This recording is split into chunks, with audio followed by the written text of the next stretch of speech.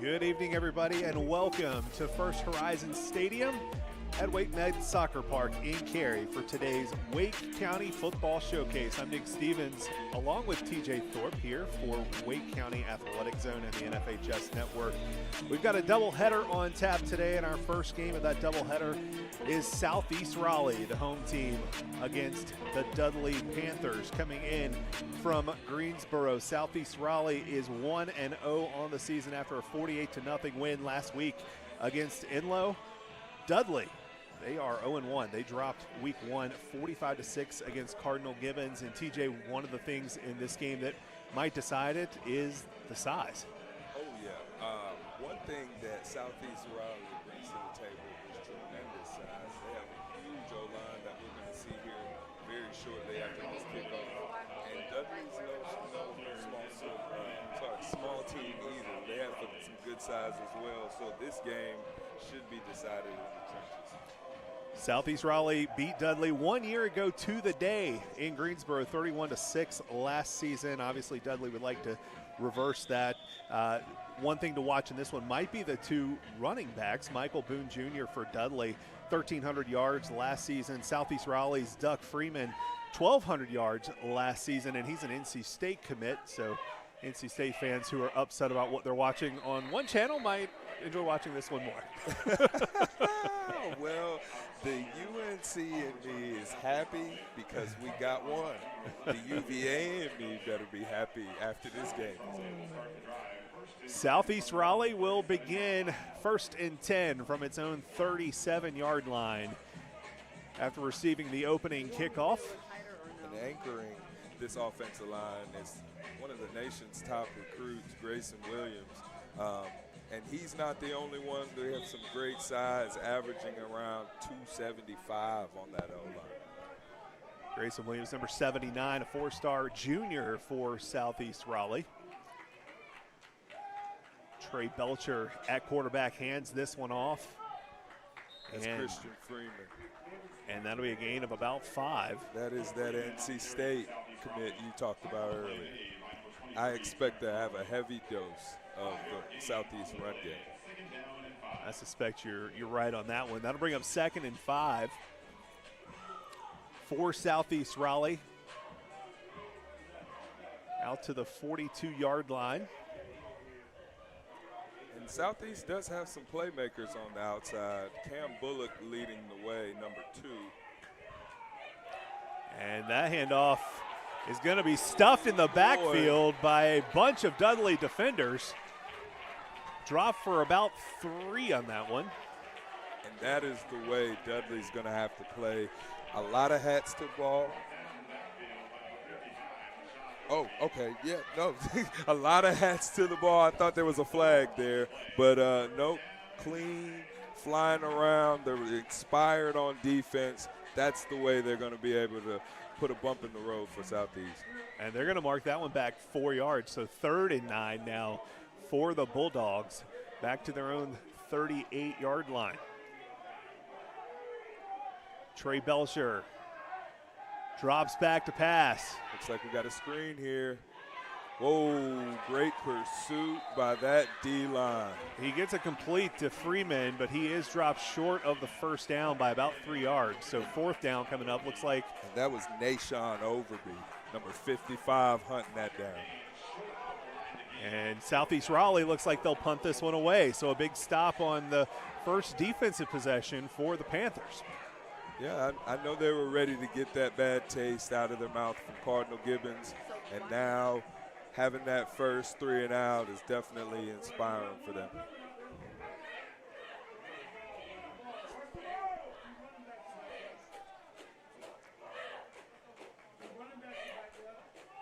Southeast Raleigh preparing to kick this one away, and we have a whistle.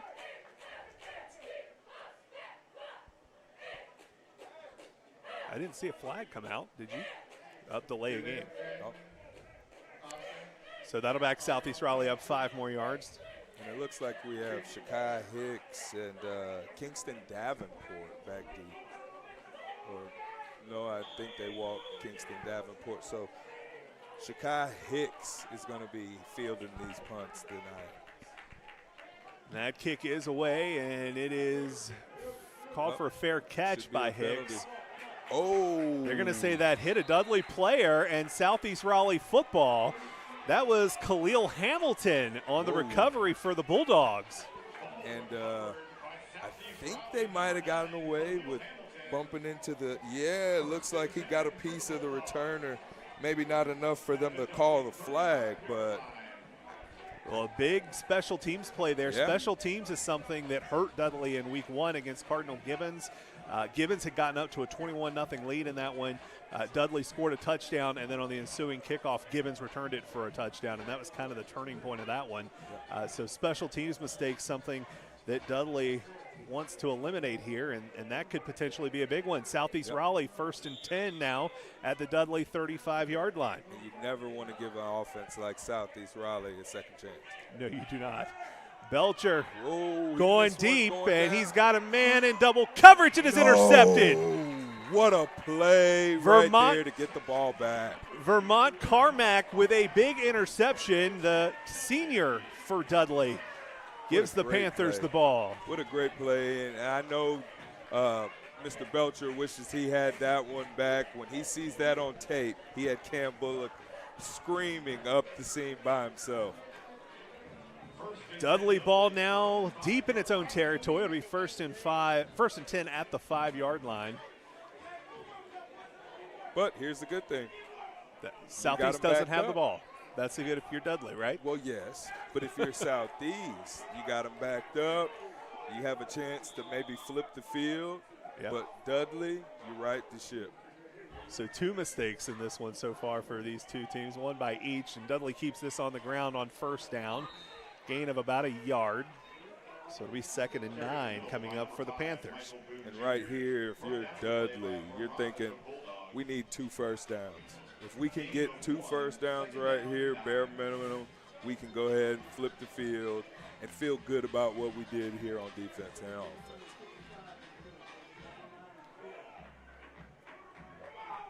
Second down for the Panthers.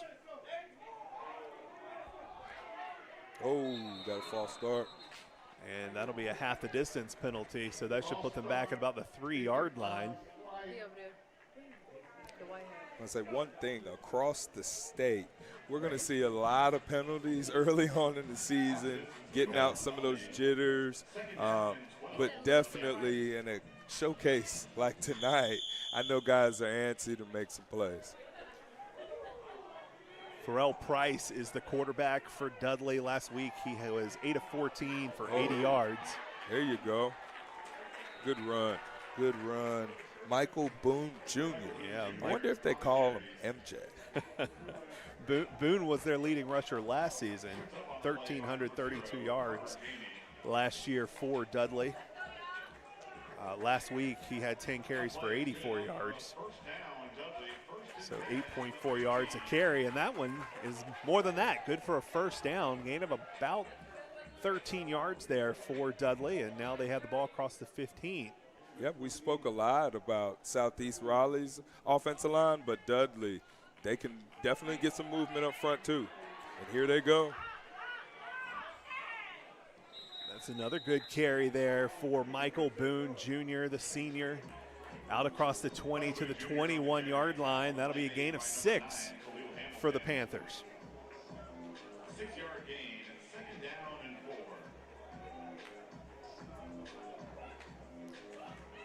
4. Last week against Enloe Southeast, really dominant up front. They had 7 sacks in that game against Enloe. I can imagine Dudley's game plan is get that ball out their hand. And there's that defensive line there from Southeast Raleigh. That'll be a loss of 1 on that carry by Boone. Josiah Heath, way to feel.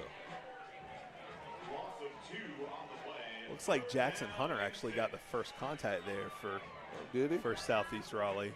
My bad, Jackson. He's a Division I prospect. There are a lot of Division I prospects on the field tonight. He's a 6'3", 265-pound junior wearing number 99 for the Bulldogs. And here's 3rd down. Dudley going to the air, and it is complete out to Kingston Davenport. Looks like that might be enough for it is enough for a first down. Had some great time there created by the O-line, allowing the quarterback to stand in there, go through his progression, and find the open guy. So a first down for Dudley, and now they're putting together a bit of a drive here. Yeah. Started deep in their own territory, now out close, past the 25-yard line at the 27, where it'll be first down. And as we talked about, you want to get those 2 first downs. Now, in the event this drive stalls out, we have the opportunity, if we're Dudley, to flip the field. And another whistle. This is going to be encroachment, I believe. It is on Southeast Raleigh. So 5 free yards. A lot of penalties in these first few weeks of high school football. A lot of guys antsy in this showcase to make some plays. You see Dudley, using that antsiness against him. I just saw one of the Dudley coaches react to that. You know, one thing coaches hate are pre-snap penalties. Oh, yeah. Ooh, that's a strong run. Good run there from Boone again, and that might be their game plan. Just give it to Michael Boone. I think they both have similar game plans tonight. Give it to the guy wearing number 5. Your favorite number. First down for the Panthers on that run, now out to the 39-yard line. 5:52 to go here in the first quarter of the Wake County Football Showcase. We are still scoreless between Southeast Raleigh and Dudley. If you're just joining us here on WakeCountyAthleticZone.com or the NFHS Network, I'm Nick Stevens along with TJ Thorpe. We're back to the ground I did not get that. with Mr. Michael Boone Jr. Boone dropped at the line of scrimmage. No gain on that one. So 2nd and 10 now coming up for Dudley. No gain on the play. It's 2nd down and 10. Now here is where Southeast Raleigh has a great chance to get off the field here on these next 2 plays. They have them on a no gain, almost behind the sticks here. You need a good push up front. And more whistles. This is going to be a false start against Dudley. False start. Number 2, White. 5-yard penalty. Repeat. 2nd down. Looks like they're going to get Vermont Carr back. Maybe a little bit of a flinch there. That'll bring up 2nd and 15 now for Dudley, back to the 34-yard line. WakeMed Soccer Park here in Cary, great place for some high school football. Nice weather, not too hot. It rained pretty good earlier today, so the field might be a little wet, but other than that. And there's one of those sacks we were talking about for Southeast Raleigh. I believe that was Cody Robinson for the Bulldogs. Quarterback sacked by number 55. Yeah, Cody Robinson was able to finish him off. But I think first contact was Josiah Hill making him step up in the pocket.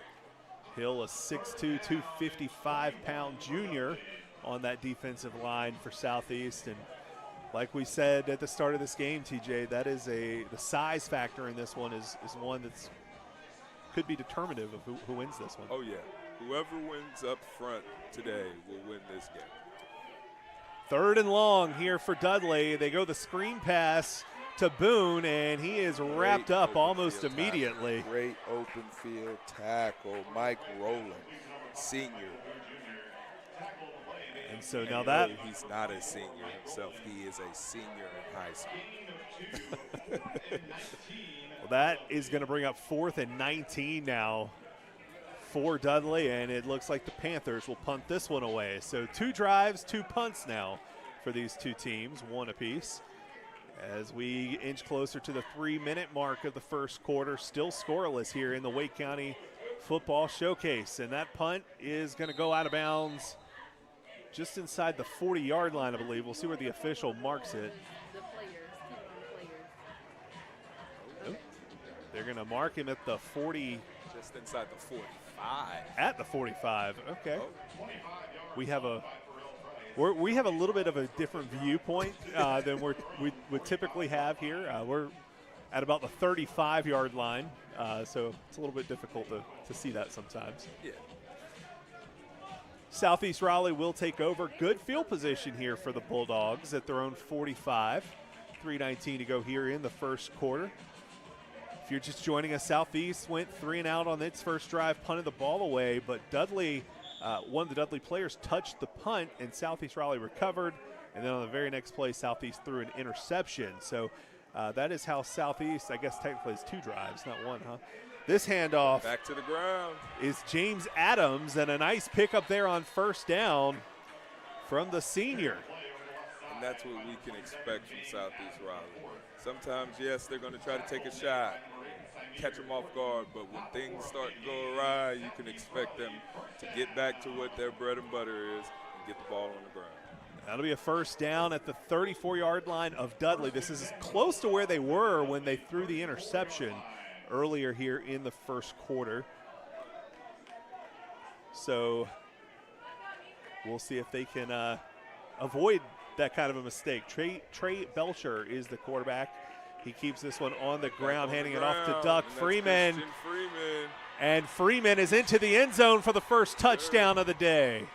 And as we said, what they're going to do, as Southeast Raleigh does often, is get the ball to Christian Freeman, get him behind Grayson Williams and the guys, and next thing you know, you're in the end zone.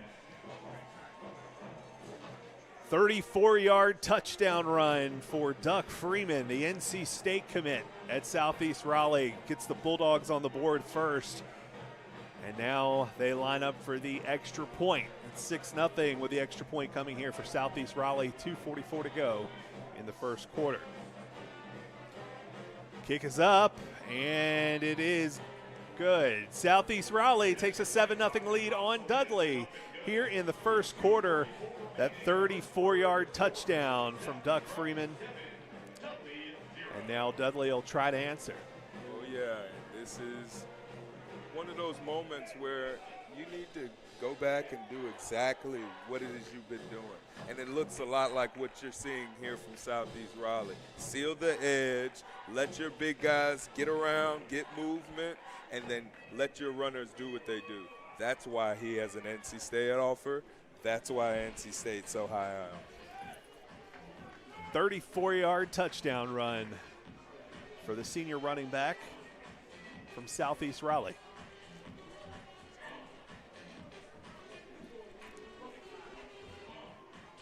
Now Southeast will kick off to the Panthers. We got 2:44 to go here in the first quarter.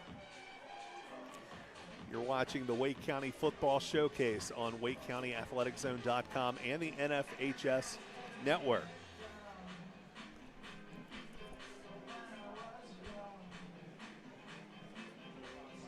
Now let's see how Dudley answers.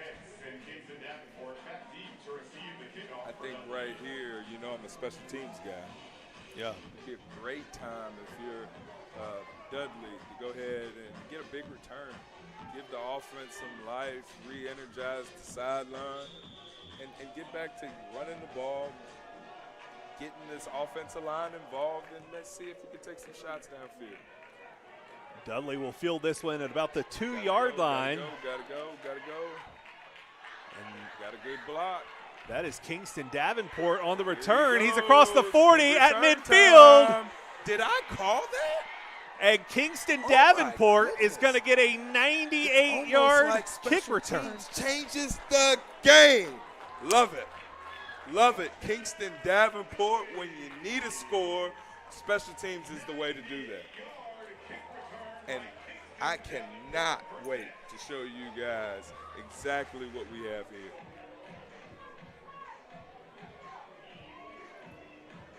And now, look at the sideline, if we can get a picture sometimes of what that did for the Dudley Panthers. That's a 98-yard touchdown return. Hello. What is a 98 big ones? As we await the extra point. What a way to answer after that Southeast Raleigh touchdown, too.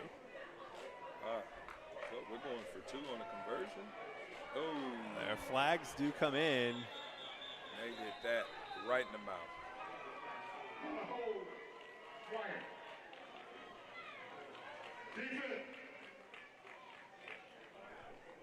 We're waiting to see what's going on for the flag, but as you can see here, speed kills. We were able to get the wall set if you're Dudley and let your runners and your big-time players make plays. Right there, I mean, there's not much to that. You were able to get across the field. You're taught as a kickoff team to cut that field in half and try to trim the fat, as we call it in football. But right then and there, we were able to get the edge, use your speed, and finish in the end zone. That's the biggest part. Secure the ball, but expect to score.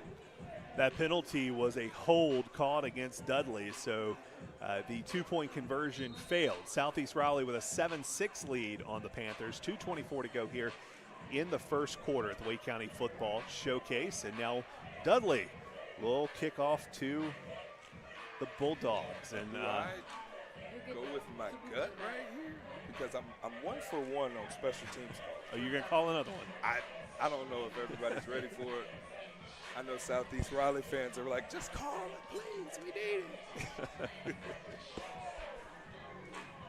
Looks like we need a kicking team. Or a football. That's a pretty important piece of equipment in a football game. I don't know, Nick. I think you need your helmet. You also need that. Maybe not, though, if there's no football. I mean, I think the piece of equipment that the sport is named after. yeah, I is agree. probably You know, it's early in the season. Everybody's still trying to get their ducks in a row, right? ball boy, the kicker, everybody. Exactly. Even then, I'm just glad to be back with you. Look, it's been like 2 years since I've done this, so I'm really trying to get things back in place. Dudley kicking off to Southeast after that 98-yard touchdown. And it is going to be a short kick. Southeast jumped on it, I believe. They did. Officials will give them the ball. That was Albert Pams with the recovery there for Southeast. It was a good way to try to steal a possession right here. Almost got the bounce they were after, but heads up play. Way to go for Southeast, Albert Pams. That's another senior, so obviously it's going to be hard to fool him. And now Southeast with good field position to start this drive again at their own 48-yard line with a 1-point lead here late in the first quarter. What are the odds you think they go back to the ground? Pretty strong, I would think. Looks like James Adams is the running back in the backfield, and he'll take the handoff. Got a good run there on first down across midfield. He's down to the 47-yard line of Dudley, so gain of about 5 on that play. Yeah, and that's a great way to start the drive. You're out in front of the 6. Really, really good positive game. You almost got, well, you did get half of what you needed for the first down. Now the whole playbook's at your disposal. You'll take 5-yard runs every time. Yeah. Let's say 2 of those is the first down, I think. I'm not good at math, but I think you're right. Yep. As long as you don't have penalties. It's a 2 nickels make a dime every time. They go right back to Adams, and like he's got a 5 first more down, and still on some. his feet. Whoa, we Adams gotta wrap up. Good breaking run. tackles. Down inside the 20-yard line. They'll call him down at the 17. That's one thing Southeast Raleigh prides themselves on. It's not always Christian Freeman. Sometimes it's James Adams. And some people say that Christian Freeman might feel different. But some people say Mr. Adams is the thunder to his lightning. Oh, wow.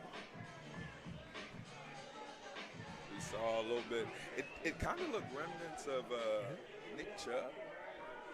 You know, no gloves, 27. Maybe I'm sorry. He's still on the field. They give it to him Right again. back to him. If it works, why change it, right? 2 more first downs, you're in the end zone. So That'll be a gain of 3 on that carry. 2nd and 7 coming up next for the Bulldogs. but if you're Southeast Raleigh, what better feeling than you take out James Adams and then on jogs the field, fighting words. Your NC State commit, Christian Freeman jogs on. It's nice to have that kind of weapon in the backfield, right? Oh, yeah. Freeman now in the backfield. He will take the handoff left side. He's hit in the backfield, and this will be a loss on the play. Looks like they're going to take him down to about the 18-yard line, which will bring up 3rd and 12. It looked like David Johnson made first contact and like a heat-seeking missile through that O-line. And that Nashawn Overby, again, there to clean everything up.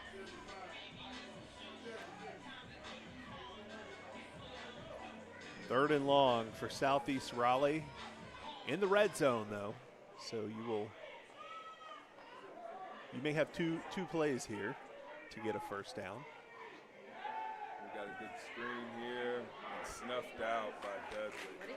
That was Adam Saunders on that reception for Southeast. He'll get about a yard, but that's going to bring up 4th down. 4th and 10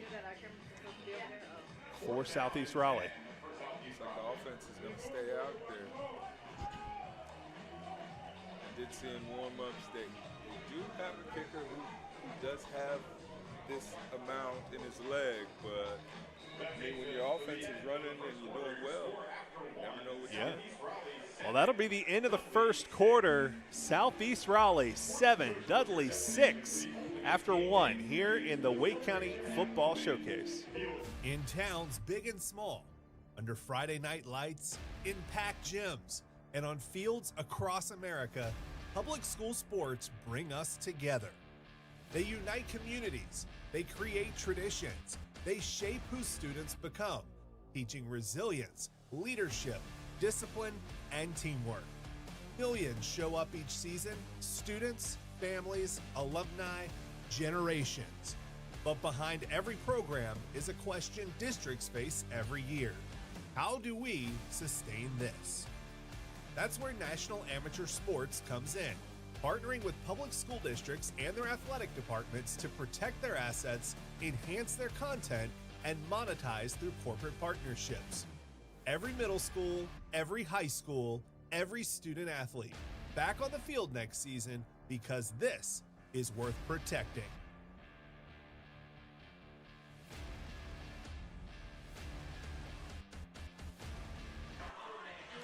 Welcome back to the Wake County Football Showcase. And TJ, you mentioned Southeast had a kicker in warm-ups, and looks like they're going to attempt the field goal here as they face 4th and 10 at about the 18-yard line. So let me do some math. That's what, 25, 35-yard field goal attempt? Sure. And that kick is up. Plenty of distance. And it is good. So Southeast Raleigh adds 3 to its lead, 10-6 now. Bulldogs on top of Dudley. And right then and there, as you mentioned, I saw in warm-ups that he had a pretty big leg. And right then and there, he showed. That was good from, what'd you say, about 35? 35-yard field goal, Like yep. he had 45 in his leg. 1 second off the clock here in the second quarter is all it took for Southeast Raleigh to add 3 points to its lead. It was Umberto Salinas, the kicker for Southeast Raleigh, the 35-yard field goal. And I think right here, you gotta, if you're Southeast, I can't imagine they don't kick it back there deep, just knowing the pride they take, and they're going to definitely want to show that that first kick return was a bit of a fluke. But if you're Dudley and you know you can change the game right now, here's another opportunity for you to at least start the offense with some good field position. But again, you have a chance to change the momentum of this game. If you're just joining us here for the Wake County Football Showcase, I'm Nick Stevens along with TJ Thorpe on WakeCountyAthleticZone.com and the NFHS Network. We've got a doubleheader of varsity football here at WakeMed Soccer Park this evening. This is our first game, Southeast Raleigh and Dudley. Coming up at 8 o'clock, it'll be Holly Springs taking on Wakefield. Or you could just do that, kick it out the back of the end zone. Touchbacks are always good. So Dudley will take over at its own 20-yard line, trailing Southeast Raleigh 10-6 here in the second quarter. Right here, it's important for Dudley to establish a good first play. You want to make sure this first play is positive, get the offensive drive going on the right foot, and that way we keep that high-powered run game for Southeast Raleigh off the field. Southeast defense appears to be pretty strong this season. They've got the size up front for sure. They got a 48-0 shutout in week 1 against its rival Inlow. Dudley keeps it on the ground, and there is running room there for Kingston Davenport. Actually, that was Michael Boone. I'm sorry. You forgot MJ. That 5 and the 6 look very similar on these jerseys. Yes, especially from the angle we have. Yes. But that was Carter Jamie, freshman safety. They think very high of him, and we see why with a great open field tackle, probably saved the touchdown. Dudley will keep this one on the ground again, and that is Boone again. Turning his feet, another strong runner. That one's out across the 40 down the 41-yard line, so to bring up 2nd and 4. You mentioned Carter Jamie. He's a freshman, as you said, 6'1", 180. Last week in his varsity football debut as a freshman, 4 tackles in that win over Enloe for Southeast Raleigh. Yeah, there are a lot of talented freshmen across the state, but definitely in this area. They run again, and this time that Southeast Raleigh defense is there in the backfield to get the stop. That was Cody Robinson with the tackle for loss. Let's say Cody Robinson. I think they even had Grayson Williams in on that play as well. And that's what Southeast Raleigh brings to the table. A lot of big bodies, a lot of physicality, but they want to control the trenches. And right then and there with Cody Robinson is a great start. Last week in week 1 in that 48-0 win over Enloe, Southeast defense combined for 7 sacks, 22 tackles for loss, 2 interceptions, 3 fumble recoveries, and a blocked punt. Oh, is that for a game or a season? That was last game. Lord. They are a talented bunch, and they have some good coaches that help get some of these pieces they have in order. I know for a fact the addition of Jerry and Manning in the secondary has allowed some stability here with some of the young pieces you mentioned, but also just having a good slew of returning seniors allows you to more flexibility, more trust within that defense, and you can tell by some of the coverages and some of the things they do, they are very confident in their defensive bunch. Timeout on the field right now. Southeast Raleigh leading Dudley 10-6, 10:21 to go here in the second quarter.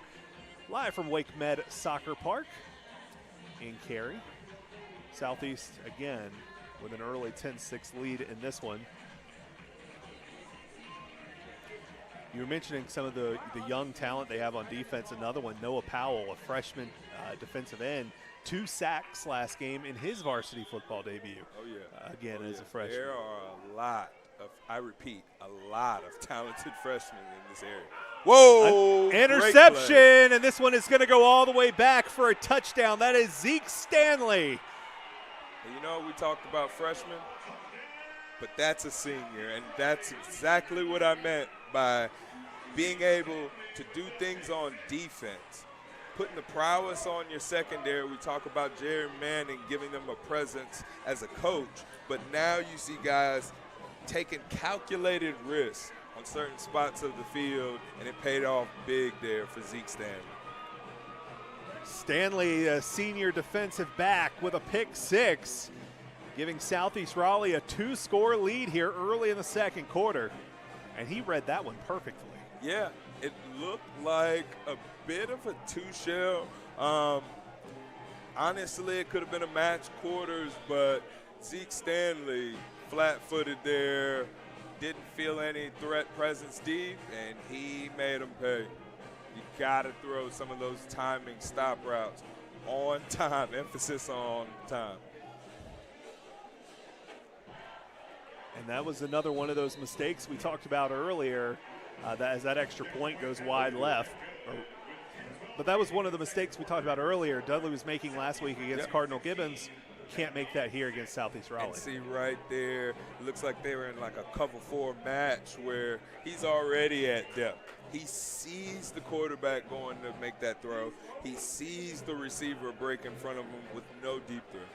That's right then there. That's how you know somebody's been coached on situational football, and he was driving, no doubt about it, in his mind.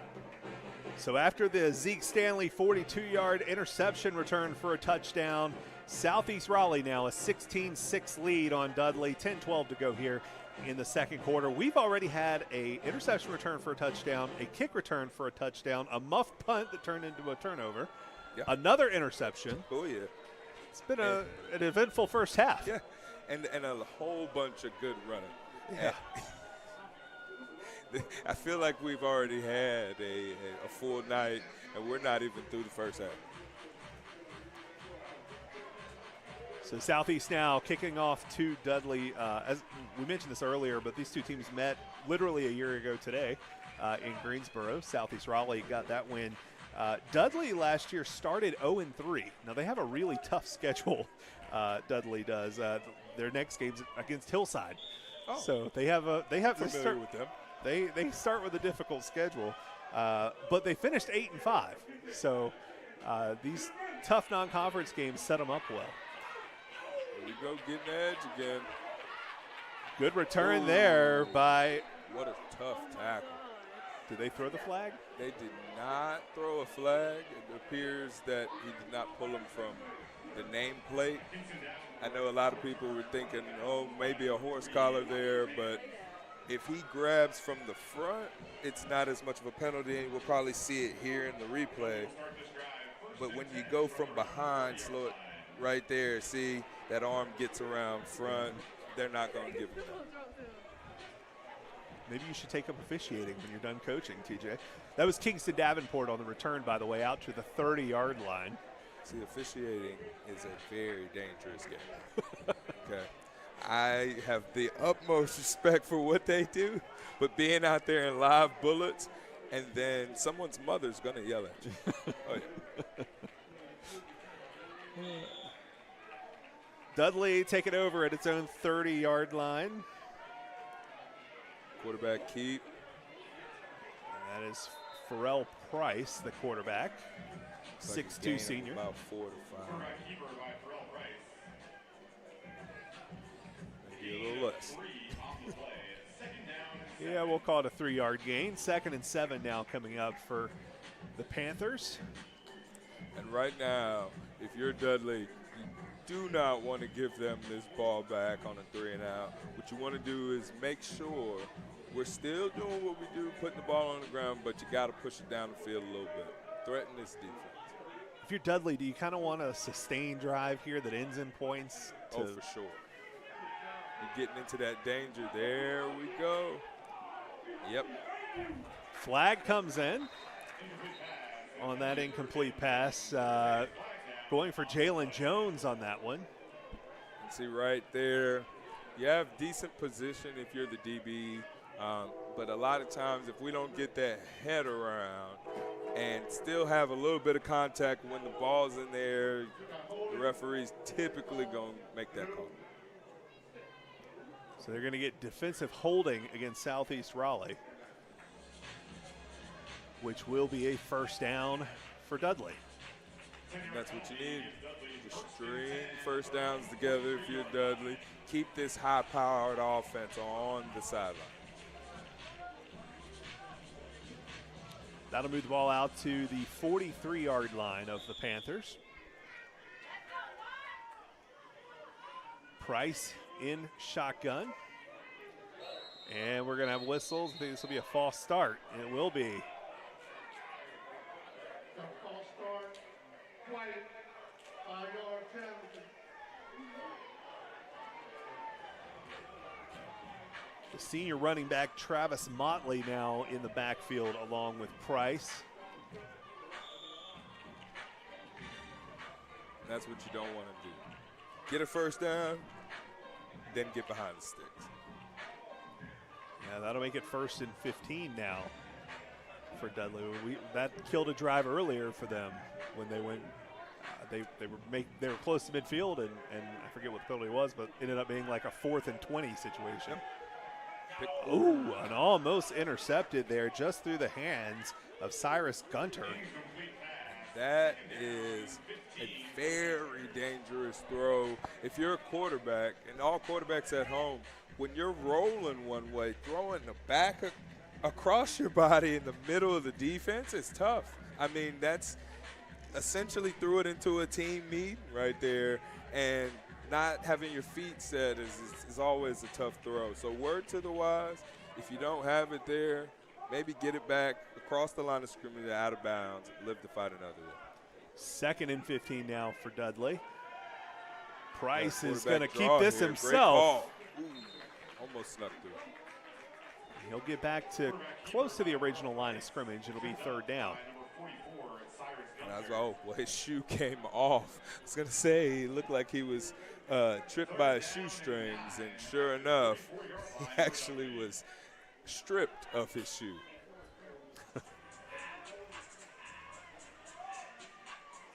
Looks like it'll be about 3rd and 9 now for Dudley. Big third down here. You don't want to give Southeast the ball back and a chance to go up by 3 scores. Yes. That is the worst case scenario if you're a Dudley. But right here, they have a good look. You see some early pressure. Again, getting happy feet, recognizing the blitz that was about to come, and just moving a hair too early. Yeah, that'll be another false start, so 5 more yards. And now it's 3rd and 14, so that last run that you picked up, you just lost. Again, right now for Dudley, it looks like it's maybe a step forward, 2 steps back right now, but they're not doing themselves any favors.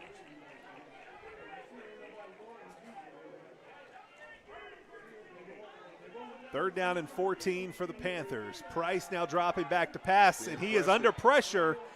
Gets it away, and it is almost intercepted. Whoa. Almost was able to pin it to his calf and come up with one of the better catches we've seen all year. Mike, well, 2 weeks, but. Mike Rowland almost had that interception, and then Albert Payams almost had the secondary interception. Right. And then you have Jalen Jones, I think, was the receiver on that play, who actually got behind the defense. He did. Just didn't have enough arm to get it out there, given, being chased down by these monsters. And I use that term loosely because they're humans. Dudley now punting away. It's a low snap. They get it off, and takes a good Dudley bounce. Does take a good bounce. Down inside the 20 to the 18-yard line is where Southeast will take over. Not what you wanted if you're Dudley, but down 10, you have plenty of football left.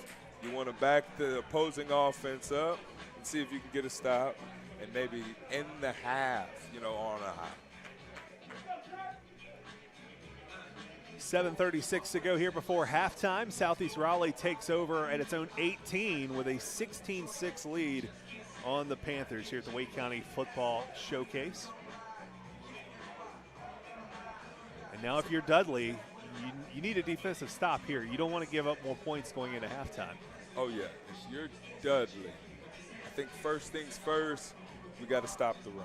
Yeah. I mean, everybody in the stadium knows that you're going to, and both backs are in, you're probably going to get a hefty dose of run. Freeman and Adams both in the backfield, and it'll be a keeper. Belcher keeps it himself. Oh, ball's on the ground. Oh. They're going to say he was down. And he's a little slow to get up. I know Belcher came down a little awkward on his shoulder, neck area. As we see him come down there. Yeah. I think what happens there is you can see the chunk of grass in his helmet. He just kind of takes a weird fall that compresses that back of his neck, spine area. But looks like he's got some good movement. They're checking him out. I don't expect it to be too serious. We hope not. Yeah, well, I'm also a exercise sports science master. You dig what I'm saying? Shout out UVA. Shout out UNC. Well, he walks off the field on his own power, so good to see that. He is a tough kid, big, strong quarterback. I know he's every bit of 6'3". I know he's going to want me to say 6'4", but he's every bit of 6'3", 190, 195 pounds. He is a specimen of a quarterback. And now at quarterback is somebody who's not on the Southeast Raleigh roster. So he is not. So but that's not he good. Is number 17, and looking at warm-ups, I think they're in safe hands. We'll see if we can get a name on number 17 from Southeast Raleigh for you. But we do have this kid's name, Doug Freeman. And he is out across the 40. Big run there for Freeman down to the 45-yard line. Yeah, and if I'm a quarterback, especially a backup, easiest thing to do is come in, settle in, and hand the ball to Duck. Absolutely. And the good news for Southeast Raleigh is they've shown that they have more than one weapon in the backfield. They have about, we'll call it 6, 7, I don't know, 12 weapons. Luckily, only 11 of them can be on the field. So Freeman is in the backfield again with Adams, and they'll go back to Freeman this time. Very patient running. Flag comes Strong in behind the running, play, and I believe that's going to be a hold. I think it's definitely going to be a hold. Maybe even a blocking back over here near the Dudley's near sideline. The officials are going to talk this one over.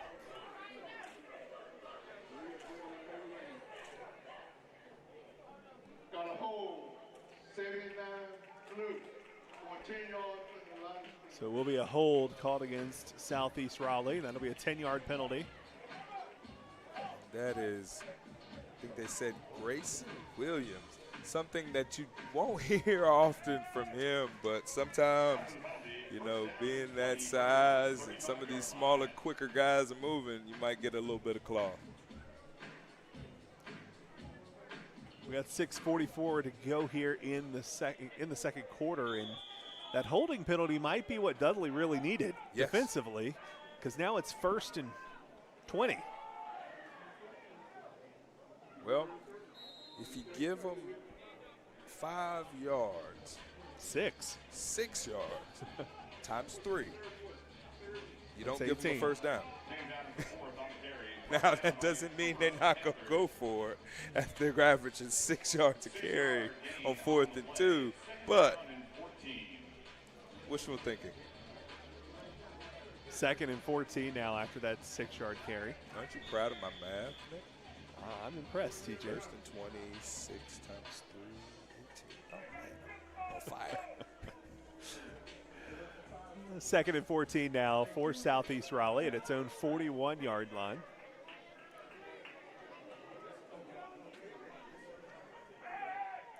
Freeman is the back, along with number 17 for Southeast, who again not on our roster we have for the Bulldogs.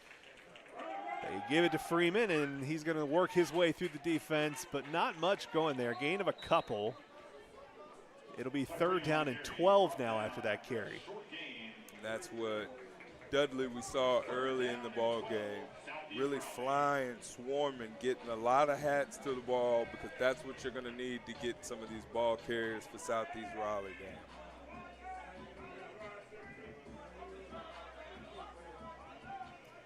Looks like the Southeast quarterback right now is Carter Caldwell, number 17.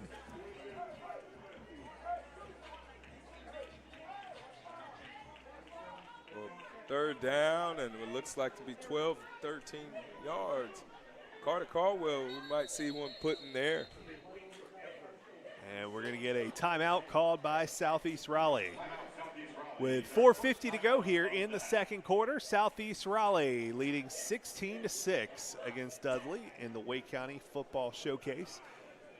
If you just are joining us, the scoring got started in this one late in the first quarter. Doug Freeman, the NC State commit, a 34-yard touchdown run for Southeast, put the Bulldogs up 7-0. But on the ensuing kickoff, Dudley's Kingston Davenport went 98 yards to the house. The 2-point conversion failed, so it was 7-6 Southeast Raleigh after one quarter. Bulldogs added a 35-yard field goal on the first play of the second quarter to make it 10-6.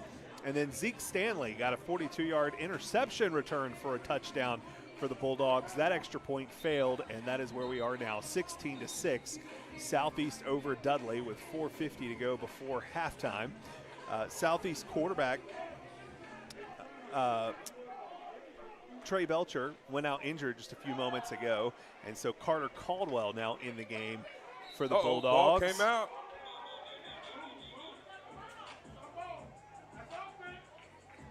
Have not seen a call from the officials yet. We'll see what they say.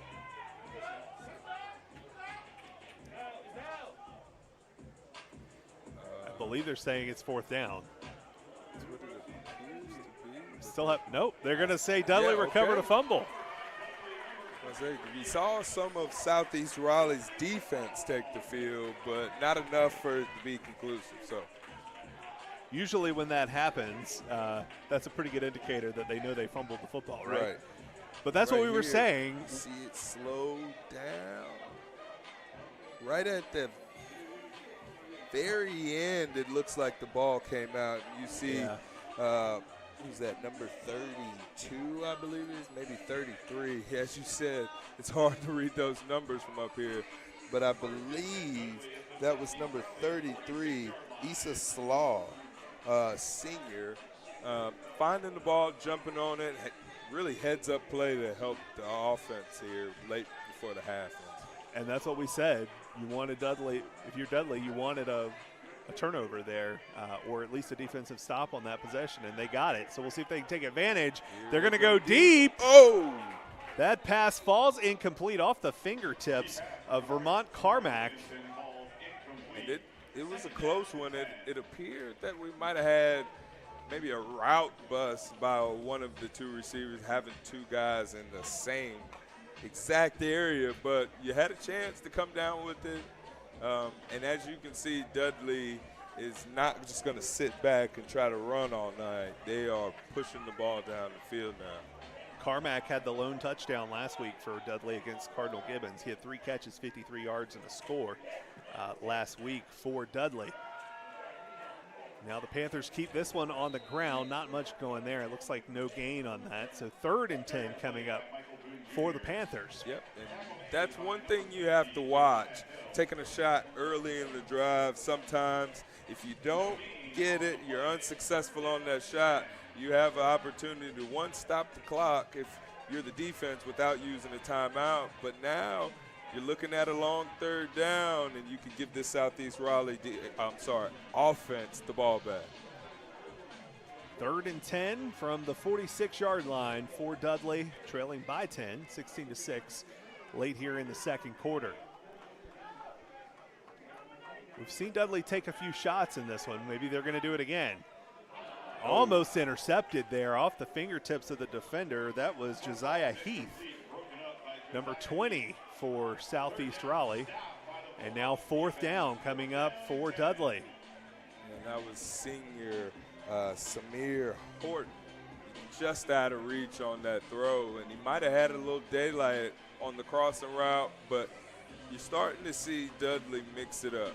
You're starting to see them mix more pass instead of the run and try to back this Southeast Raleigh front up. But you got to complete some of those to be successful in doing that. Dudley lined up to punt this one away and try to pin Southeast Raleigh deep in its own territory here late in the 2nd quarter. And we have whistles. This might be a delay of game penalty. And it is. So that'll back Dudley up 5 yards. Replay, 4th down. And it looks like you have Khalil Hamilton deep for the Bulldogs. He's one that anchor in this secondary, another senior, I believe, and junior, I'm sorry, I misspoke. But definitely somebody they lean on as a Swiss Army knife on this team. The punt is away, and it's a high punt. Oh, I don't know if that hit the Southeast player. no, it bounced off the back of a Dudley defender.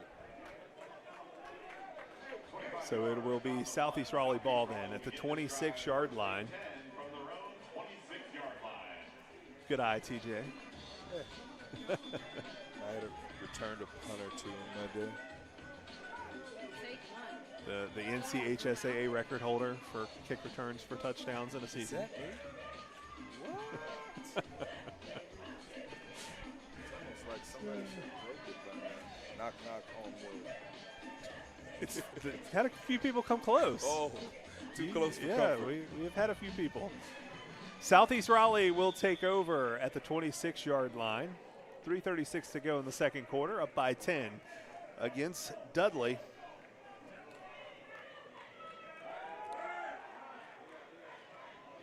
Southeast completes Nice that throw. pass to Adam Saunders. He's across midfield. And that's Trey Belcher back. He is in. back after going out with an injury on that last drive, and big play there on first down. Put Great Southeast layered in throw. Dudley territory. That's a great layered throw. Getting a too high shell. Middle of the field has been open for pretty much the entirety of the first half, but rightfully so when the running game is getting so much attention. Putting in that RPO is definitely a good thing for this offense. Belcher has Freeman and Adams on either side of him, but they're going to throw this one to Saunders again, and Saunders with another first down. So back-to-back first downs for the senior receiver, Adam Saunders. Yep, and again, so much attention on this run game. It makes sense why now, if we're spacing the ball out, nice, easy rhythm throws, some screens, get these big fellas out and moving. They're putting together a really good drive and only taking 2 plays. 1st and 10 inside Dudley territory at about the 34-yard line for Southeast. And now Belcher, screen pass to Adams, and Adams has some room around the right side. Strong running. Good catch and run there for James Adams. Yeah, and that's a great play design.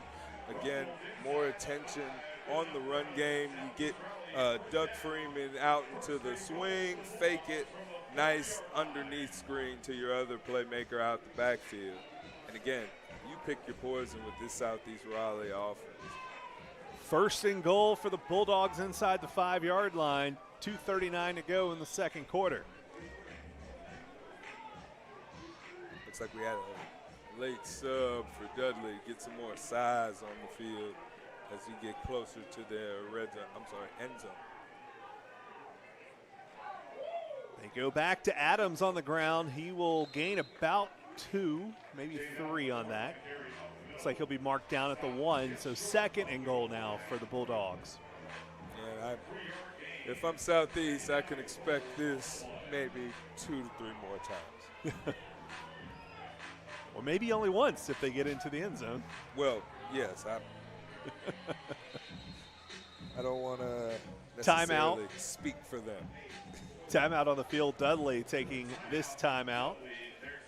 With 2:06 to go in the second quarter, Southeast Raleigh holds a 16-6 lead on Dudley, and it is 2nd and goal from the 1 for the Bulldogs. And if you're Southeast Raleigh, probably pretty simple game plan on this one. I think Pick one of your running backs and run. I would say either 27 or 5, 7 minus 2, 5. I think just give it to a back. Now watch them do something completely different and show us that we're wrong.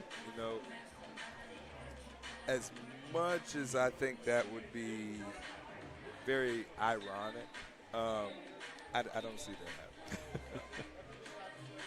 As a matter of fact, I'm almost willing to bet they put more linemen in. As a matter of fact, they did. They did, yes, they did. And that's going to be James Adams in the backfield for Southeast Raleigh. And they brought in Cody Robinson, D lineman. And Adams is in for the touchdown. Southeast Raleigh extending its lead to 3 scores now. It wasn't by much, but he was able to cross the plane, and it typically helps when you bring in a, 6'2", 305-pound D lineman, and then you stick him beside a 6'5", 300-pound O lineman, and oh, by the way, they're behind 2 other 300-pounders, just like that. And Adams in again, this time for the 2-point conversion. That will make it 24-6, Southeast Raleigh over Dudley. Just over 2 minutes to go here before halftime. And Southeast Raleigh appears to be in control of this one. Yeah, and like we said, up front is going to win this game. And Southeast is right now, they are controlling the trenches. They offensively are being able to move the line of scrimmage keep the game pretty honest for them. They can do what they want, whether they're running, passing. But if you're Dudley right now, we got to find a way to fight back. First way, special teams play, you always love to have that. But now we got to capitalize on offense and keep this offense for Southeast off the field. So, TJ, for people who don't know, you were a receiver for many years. If you're the quarterback-receiver combo, how much do you like having a really strong running game to open up drives like we just saw where you had big pass plays to set up another score? I mean, that's one feeds the other. You can't have a strong pass game without a strong run game. And right then and there, that's what you see. So much attention in the box on these two running backs that the passing lanes are so wide that you can pick your poison again. And we've only seen maybe 2-3 different pass catchers for Southeast. And I know just based off this roster and what we saw last week with Cardinal Gibbons that they have at least 3 to 4 more. Still 2 minutes left before halftime. There is time for Dudley to get more points on the board, and they will receive the kick to start the second half. So this game far from over. That kickoff, dangerous there. A dangerous bounce on Dudley's behalf. Southeast had a chance, but Dudley will get the ball, and it will begin this drive at its own 23-yard line, where it'll be 1st and 10. Again, 2:02 to go before halftime, and Dudley would like to get some points on the board here. Yeah, you definitely want to cut into this lead, especially as you mentioned that we're going to get the ball back coming out the half. So right here, cut it back down to 2 scores, and then maybe see coming out the half, get a good drive, and cut into this lead some more and make it a ball game.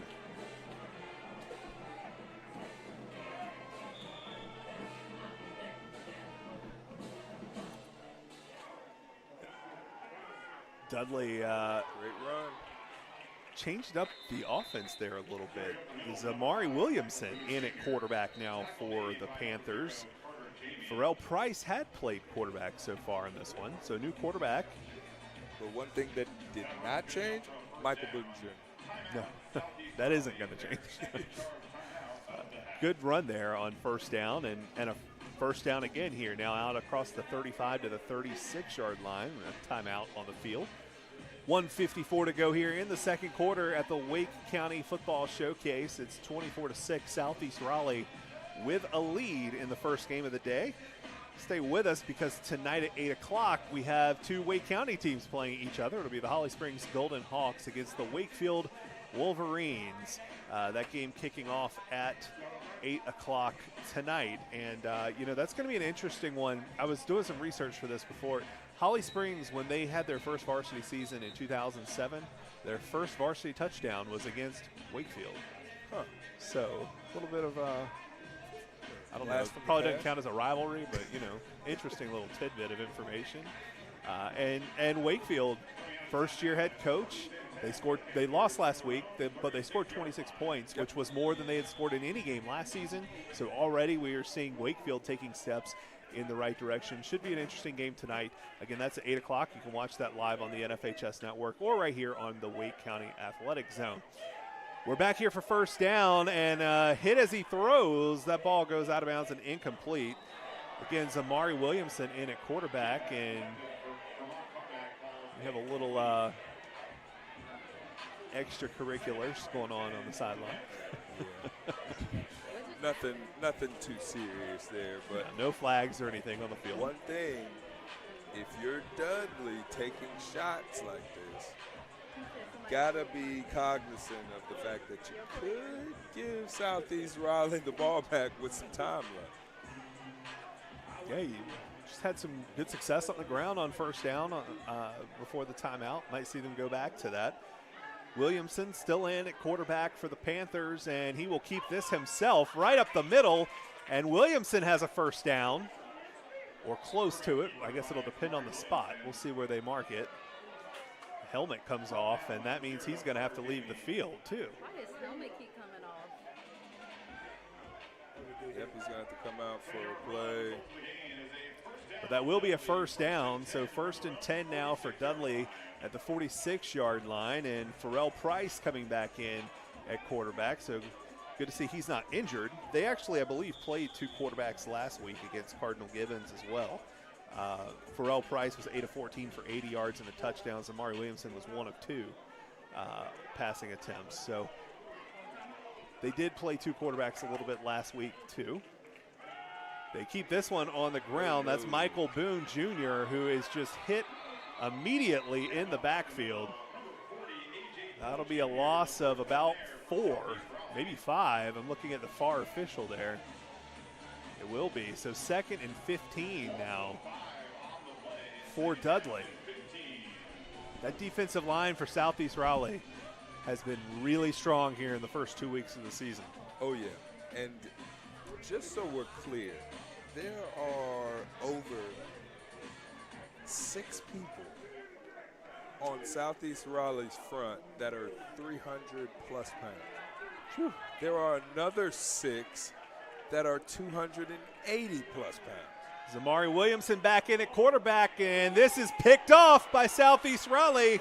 That is Zeke Stanley. He's already got 1 pick 6. He won't get a second one here, but a good return, and now Southeast Raleigh's got 38 seconds to try and find more points. 2 interceptions for Zeke Stanley in the first half. And again, this Southeast secondary, they are good, they are physical, but they are sound. And you can do that when you know the other team only has a certain amount of time to get the ball out their hands. And we speak about high-powered this offense is. We have 38 seconds here to see if they can get points on the board yet again. Zeke Stanley listed at 6 foot 165. He looks bigger than that to me on the field. I mean, they're all teenagers. They're still growing. Trey Belcher trying to get away from the pressure, and he is sacked. Yep, you don't want to burn a timeout right there. If you have them, if not, you're going to have to hurry up, get to the ball, see if you can get some plays on. But right there, I know Trey Belcher is not happy with himself taking that sack. It's actually a gain of 1, so it will not be a sack. Okay. So good job on his part getting something positive out of that. There you go. That pass falls incomplete, intended for Cam Bullock on the near sideline, and that'll bring up 3rd down. Only 6 seconds left now, so you might see him take a shot to the end zone on this one. Yeah, or they do have the ability to take one to the sideline, or if they have any other timeouts, it looks like they have 1 left. You can get one across the middle, burn a timeout, get your kicker out there. Remember, he has a pretty good leg. He's already hit once today from 35 yards. They would need, what, another 10, 12 yards to put him in the same scenario? They're at, what, the 35, so they need about 12, 15, get in the same range. Do not make me act up on here. Delay a game called against Southeast Raleigh there, so add 5 yards to whatever that number is. Let's go 20. I will say that 35-yarder, though, it would have been good from 40 at least, maybe longer than that. So right here again, you're at a clock stop. There's nothing. You have a chance to dial up your best. They have some voids that we've seen in the middle of the defense. Try to get one across the middle. Try to get your best throw. Burn a quick timeout and see if you can end this quarter with some points. 6 seconds left. Southeast from the 40-yard line. Belcher throwing, and it is incomplete. And there's still 1 second on the clock, so time for one more play. Or maybe do you have a 50-yarder in your bag? That would be something in the half. Well, we have they're at the 40, so it would be a 57-yarder. Okay. Maybe woke up on the right side of the bed, ate his Wheaties. I don't know. I will say Hoggard last night, their kicker attempted a 63-yard field goal attempt down in Wilmington. Well, I know 2 things. Trey Belcher has enough arm to get it in the end zone, and they have a receiver tall enough to climb the ladder and get it. Belcher dropping back, last play of the half, and that is where they're going, deep to the end zone, and it falls incomplete. Out the back of the end zone. I told you he had enough arm. He does have the arm. And he was all the way back at about the 50 when he threw that. He So flipped it. That was easy. that'll take us to halftime after 2 quarters. Southeast Raleigh leading Dudley 24-6. Here at the Wake County Football Showcase, we will be back with the second half in just a bit.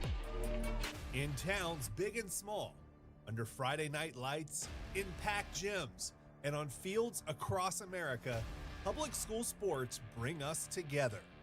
They unite communities, they create traditions, they shape who students become, teaching resilience, leadership, discipline, and teamwork. Millions show up each season, students, families, alumni, generations. But behind every program is a question districts face every year. How do we sustain this? That's where National Amateur Sports comes in, partnering with public school districts and their athletic departments to protect their assets, enhance their content, and monetize through corporate partnerships. Every middle school, every high school, every student athlete back on the field next season, because this is worth protecting.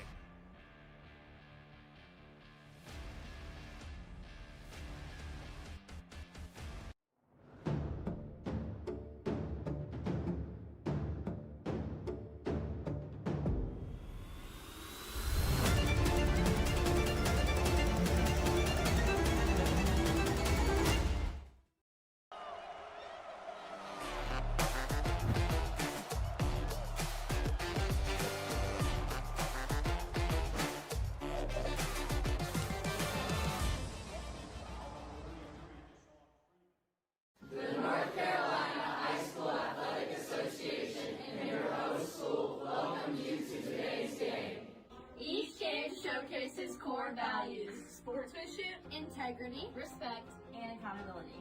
As we cheer, remember our purpose. Creating opportunities for students to learn, compete, and grow. Tonight, we challenge everyone to set the standard through actions and examples. Together, through leadership, service, and sportsmanship, we can set the standard.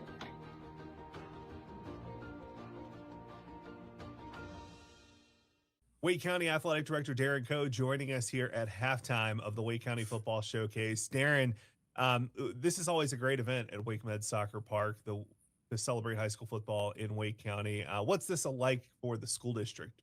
Yeah, it's really is a great event, Nick, and thanks for having me.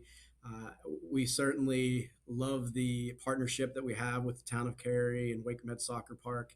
It's a premier atmosphere for athletics in general. And while this certainly is a football event, we really consider this the kickoff of all athletics for the school system and statewide, knowing that a lot of our other schools, high school sports have started already with contests over the past couple of weeks, and even football. We're in week 2 this year, which is a little different. We've traditionally done this week 1. But scheduling limitations put us on week 2. But it's just a great atmosphere. It's a great event. And it's a great thing to provide this opportunity for these student athletes and their families and their communities to celebrate the start of the school year in high school athletics in such a premier atmosphere.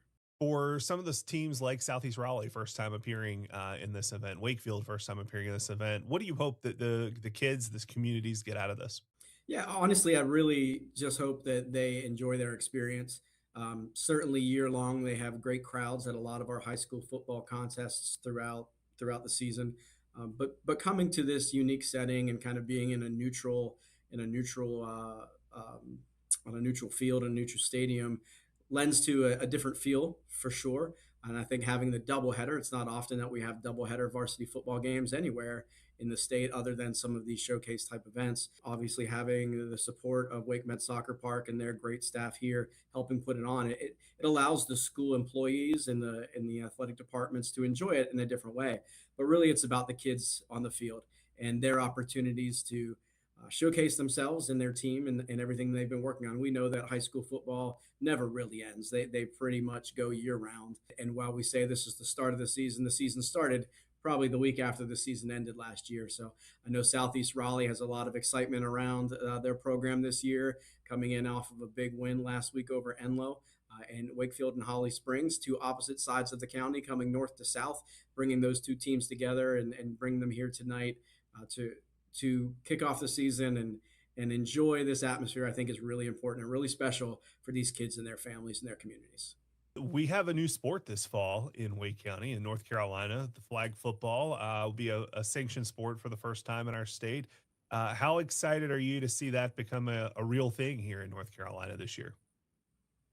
Well, I mean, we've considered a real thing for a couple of years here in Wake County. We've actually put on what we called a state championship for 2 years prior to this year, even though the state association, High School Athletic Association, wasn't quite ready to sanction it yet. Honestly, Nick, we were hoping, had the calendar been different from the High School Athletic Association, that we would have a women's flag football game here in the stadium tonight between the two men's games.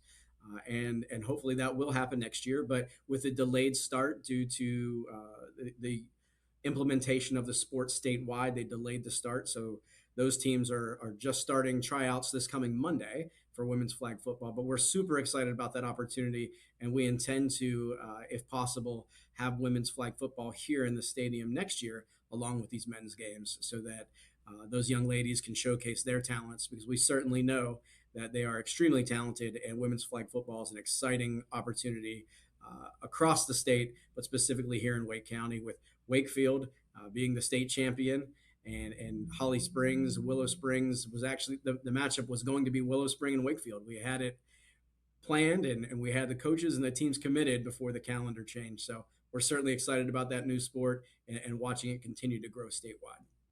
An event like this brings in, local communities, the town of Cary being involved in this, but also you've got schools from Raleigh, you've got Holly Springs, a team coming in from Greensboro this year. How do high school sports and programs impact local communities and bring people together? I really believe firmly that athletics is the one place it's the one thing that speaks to all populations in a language they can understand. It brings communities together. And a lot of times athletics are the front porch or the front doors of our schools. A lot of folks don't come to the schoolhouse or to, the old term of schoolhouse, or to your school campus, unless they're coming for an athletic event or maybe a fine arts event. So we know that they're super important. It brings families together, it brings kids together, and it brings us across the county in an event for competition. So it certainly is an important event. Any type of competition with our schools, bringing them together so they can know people who are different than them or from different parts of the county. I think it's certainly an exciting opportunity to engage in activities that are meaningful and hopefully continue to be parts of those communities. And we know that athletics in Wake County wouldn't exist without the strong support of our school booster clubs at Southeast Raleigh, at Wakefield, at Holly Springs, and I'm sure the same could be said for Guilford County Schools with Dudley here tonight. So we know how important the community is, and we love the fact that people come together around the opportunity to watch these kids compete and showcase their skills. We've mentioned the town of Cary. Also, we have Sports and Social as a supporter of this event at WakeMed Soccer Park. Why is it so important for community partners to get involved with high school athletics and help support those programs? Since our schools in Wake County are really, our athletic departments are really run on ticket revenue and through the support of booster clubs, there's not a huge budget for athletics. The majority of the funding in Wake County schools goes towards just that, the schools and the academic side and facilities and so forth. So we know how important community partners like Sports and Social are at this event, but all of our schools have different community partners that pair with them to help offset some of the expenses and to give the kids the opportunity to have an atmosphere and have the things that they need to compete and hopefully level the playing field for the entire community. So the experience isn't significantly different from one school to the other in Wake County. You mentioned we're at the start of a new school year. Fall sports are underway. We'll have winter sports later, spring sports early next year. What's your message to all the Wake County athletes and families that are getting ready for a new school year, new sports season? Nightdale and Southeast Raleigh, who's here tonight, have been in their school for a little while. They have different, unique calendars, so they're well into their school year. But the kickoff of the school year is always an exciting time. But athletics in particular, my message is to enjoy yourselves, but do it in a manner that respects your opponents, that respects the officials and respects the fans, knowing that while we're here in the idea of competition, and certainly all 4 teams here today want to win and want to walk away with a W in the win column, that's not the ultimate outcome of participation in high school athletics. It's building friendships, it's building relationships, it's building the skills of knowing how to lead and knowing how to work in a team environment. And those types of skills are really what transcends high school athletics and gives these kids some of those opportunities to move on beyond school, not just to participate in college football or to play at the next level, but really to become key parts of our society and of their communities. And learning those skills through the leadership of their coaches and being around people who are different than them helps them build those skills that transcend the walls of the school and make them become the leaders that they can be to support their communities. Wake County Athletic Director Darren Coe, we appreciate the time today and look forward to the second half. All right. Thank you, Nick. In towns big and small, under Friday night lights, in packed gyms, and on fields across America, public school sports bring us together. They unite communities, they create traditions, they shape who students become, teaching resilience, leadership, discipline, and teamwork. Millions show up each season, students, families, alumni, generations. But behind every program is a question districts face every year. How do we sustain this? That's where National Amateur Sports comes in, partnering with public school districts and their athletic departments to protect their assets, enhance their content, and monetize through corporate partnerships. Every middle school, every high school, every student athlete back on the field next season, because this is worth protecting.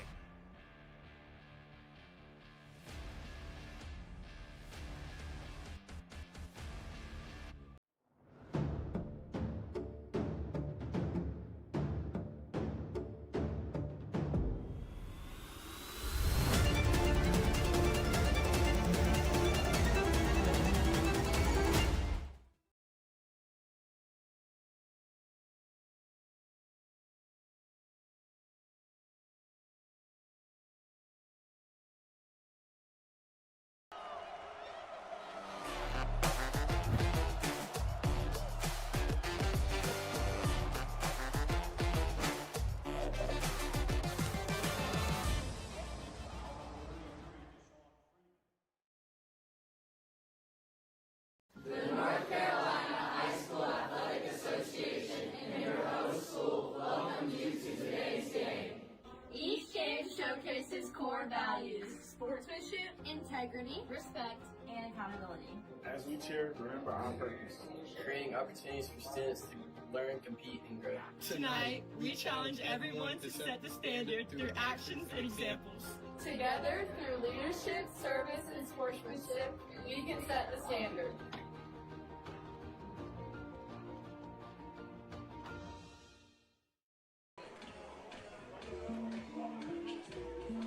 Welcome back to WakeMed Soccer Park in Cary. I'm Nick Stevens. We are at halftime. Southeast Raleigh leading Dudley 24-6 at the break here at the Wake County Football Showcase. We're going to go through some Wake County scores from week 2 of the high school football season, which has taken 3 days to complete. Started on Thursday due to weather concerns. Millbrook shutting out Heritage 47-0. Broughton beating Green Level 42-35. Green Hope 67-6 winners over East Chapel Hill. Falcons starting 2-0 for the first time in a long time. Inlow 36-6 winners over Nightdale after the Eagles dropped their season opener to the Southeast Raleigh team in week 1. Wake Forest gets in the win column with a 31-21 home win over Leesville Road. And on Friday, Panther Creek went to Durham and dropped a 22-12 game at Hillside. Garner beat Laney 30-12.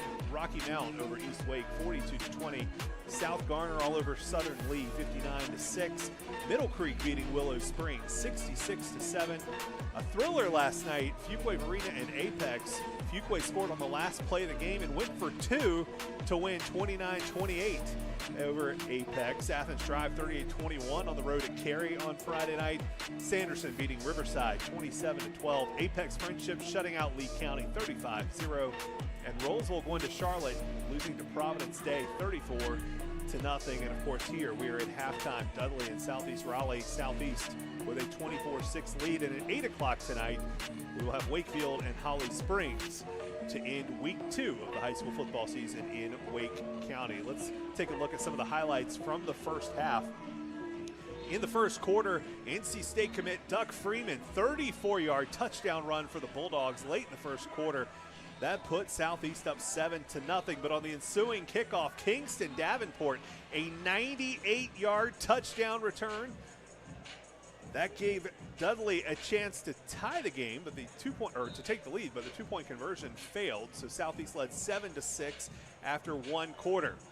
Southeast added on a 35-yard field goal, and then Zeke Stanley intercepts this pass and returns it 42 yards for a touchdown. That extra point failed. That made it 16-6 Southeast Raleigh early in the second quarter. And then just before halftime, James Adams, a 1-yard touchdown run to cap off a long drive for the Bulldogs.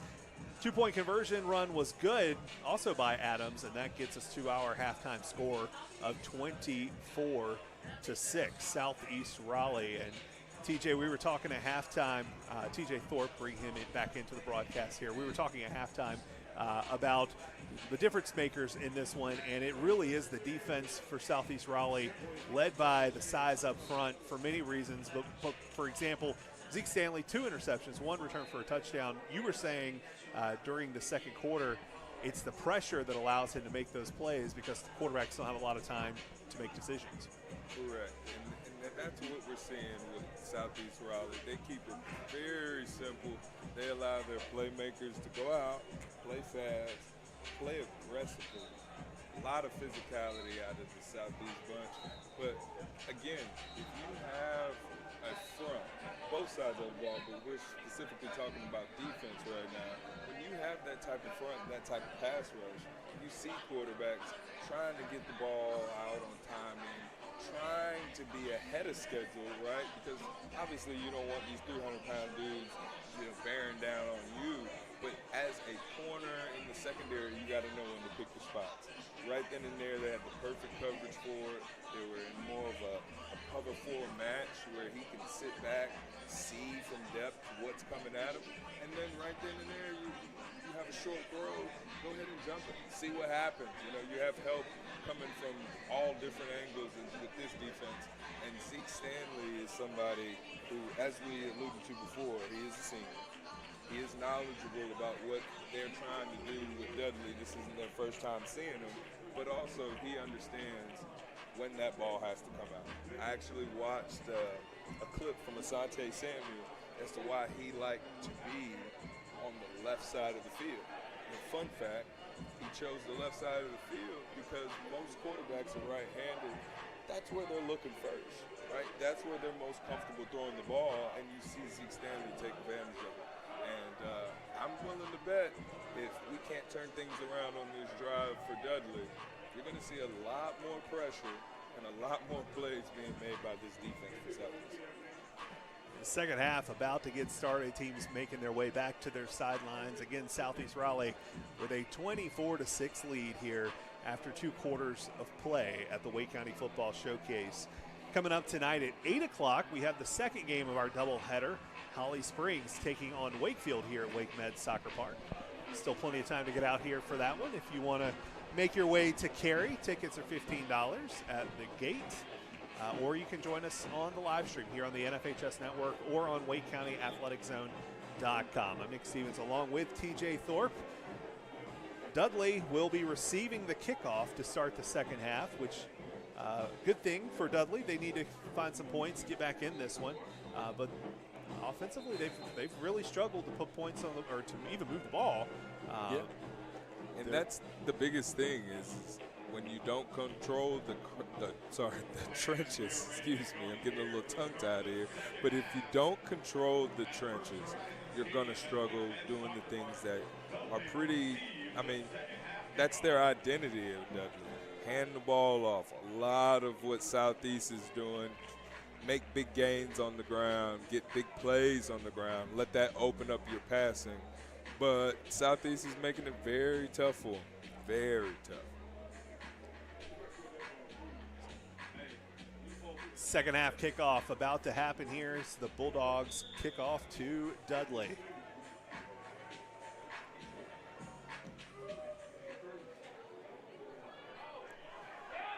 This one is fielded deep in their own territory. Hicks, whoa. And he is brought down inside the 20-yard line. That is Albert Paynes. Either way, Big Al bringing a big boom with that, waiting to set the tone to start the second half. And if you're Dudley, they came to send a message. You got to get up, you got to fight back, and you got to have a great first play to get rolling into this drive. And it looks like that that big hit has Shakai Hicks a little shaken up, but it looks like he's going to walk off on his own power, and hopefully we'll see him back here. It'll be 1st and 10 for the Panthers at their own 20-yard line, and we've got whistles. Looks like we're going to have the officials talk something over.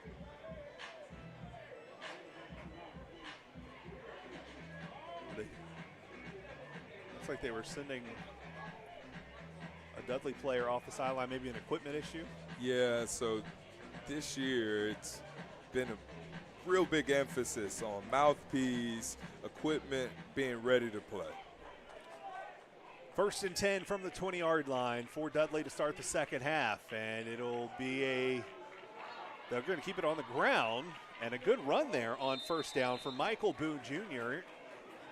Gain of about 11, so it'll be good for another first down. Yep, and that's what you want to do. If you're Dudley, you have plenty of time to come back. You have plenty of time to get back in this game, but what you don't want to do is lose your identity and go away from some of the things that have helped you put together some pretty good drives thus far in this game. 1st and 10 for the Panthers at their own 31-yard line as second half gets underway. So Mari Williamson back in at quarterback for the Panthers. We've seen him and Pharrell Price alternate some here in this one. That'll be another carry for Michael Boone, and he is stopped after a gain of about a yard. So that will bring up second down. Yep, and right there, you're seeing the big front from Southeast Raleigh hold their own there, not give up too much, and now we're looking at a 2nd and long here. Well, not too long, 2nd and medium. It looks like they gave him about 2 or 3 on that one, so 2nd and we'll call it 7. They keep it on the ground again. This time it's Williamson on the carry, and he is hit near the line of scrimmage. So a 3rd down coming up. It'll be 3rd and long now. One thing Williamson will learn, if you're leaving the pocket, one of these big fellas is chasing you down.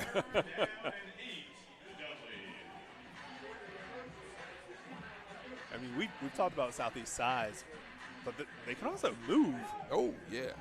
That's one thing about their offense and defensive line. You'll see a lot of pulling on offense and a lot of tracking down some of the smaller guys on defense. Williamson back to pass this time. It is completed to Cassius Austin, but he is going to be well short of the first down, out to about the 35-yard line. Right now you should see the punt team come on for Dudley, which you wanted to stay away from. But to your point, what you were saying about this front and these guys being able to move, we talk about a lot of the attention they're getting from colleges locally and around the country. It's in part to being 300 pounds and can move. It is important. It is important. And Dudley will punt this one away. That was only about a gain of a yard on that reception for the Panthers. So you got Khalil Hamilton back deep. Looks like he's going to fare this one. Southeast almost had a good look at a block there. Yeah. That was Jackson Hunter went in looks like we got unblocked. some down too. Not sure if maybe somebody from Southeast might have left a little early.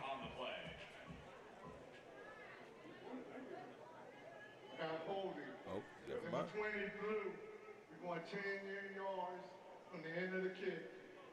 First down. So it will still be a Southeast Raleigh ball. It was a hold called against Southeast after the punt. So Southeast will hold possession, but they'll have a little bit worse field position when they do inside their own 30 down to about the 28-yard line. But if I'm Southeast right now, defense came out, did what they were supposed to do.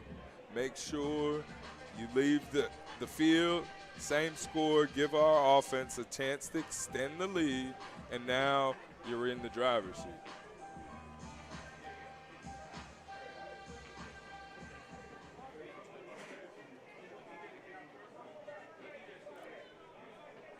First possession of the second half for the Bulldogs. Belcher's pass is complete out to Freeman. And he is going to be hit for a loss on the play. They'll lose a yard on that. So 2nd and 11 now coming up for the Bulldogs. Great play by Jalen Jones out there in open field to bring Doug Freeman down. I mean, we've seen today he could step out some of these arm tackles, but typically the first guy that makes contact with Christian Freeman does not get him down. So good job by Jalen Jones to stop a big play from happening. 2nd down now for Southeast Raleigh. Belcher in shotgun along with James Adams to his left side.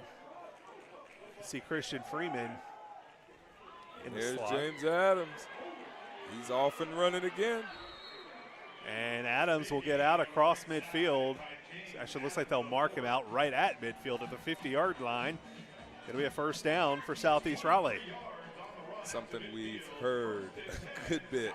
James Adams running the ball. First down, Southeast Raleigh. We've said it a few times tonight, that's for sure. I think we just sub in Christian Freeman for James Adams, James Adams for Christian Freeman. Either way, the first down is still the same. Well, they're both on the field. They've had Freeman in the slot here in the second half. I would say just off of watching them play, Christian Freeman is probably the more complete back in terms of catching, running, all of the – I know he returns kicks as well. But James Adams, as I said, I like his comparison to a Nick Chubb, right? Somebody who's an every down back, who can block, who can run, he can catch, but most of his game is getting you some ground and pound, some tough yards. Like right here, he's in the slot, and that's one thing Southeast can do. Just swap them out and do the same thing. They're going to pass this out to Freeman, and he's going to be Great hit play in the backfield for a loss on that. That was number 20, Devin Cotton, on the tackle for loss for Dudley. That's all the way back to the 44-yard line. Yep. And that's going to bring up 3rd and 16. Exactly. And one thing that we talked about with big guys on Southeast's team, well, Devin Cotton is a 6'3", 200 and almost 20-pound senior. So he's not a small task for anybody to block either. Well, this could be a big play here for Dudley's defense. If they can get a stop and get the ball back for the offense and get something going, still plenty of time left in this game. 6:53 and counting in the third quarter. Southeast trying to convert on 3rd and 16. Belcher takes it himself, and he is brought down near the line of scrimmage.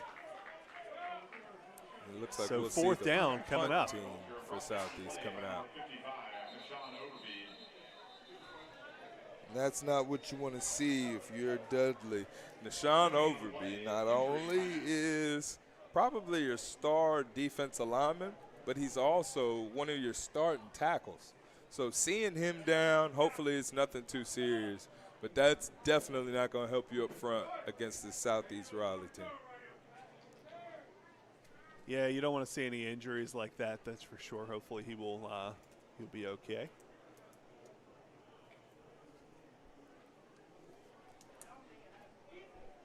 While we're in an injury timeout, we're going to take a quick break. We'll be right back with more from the Wake County Football Showcase.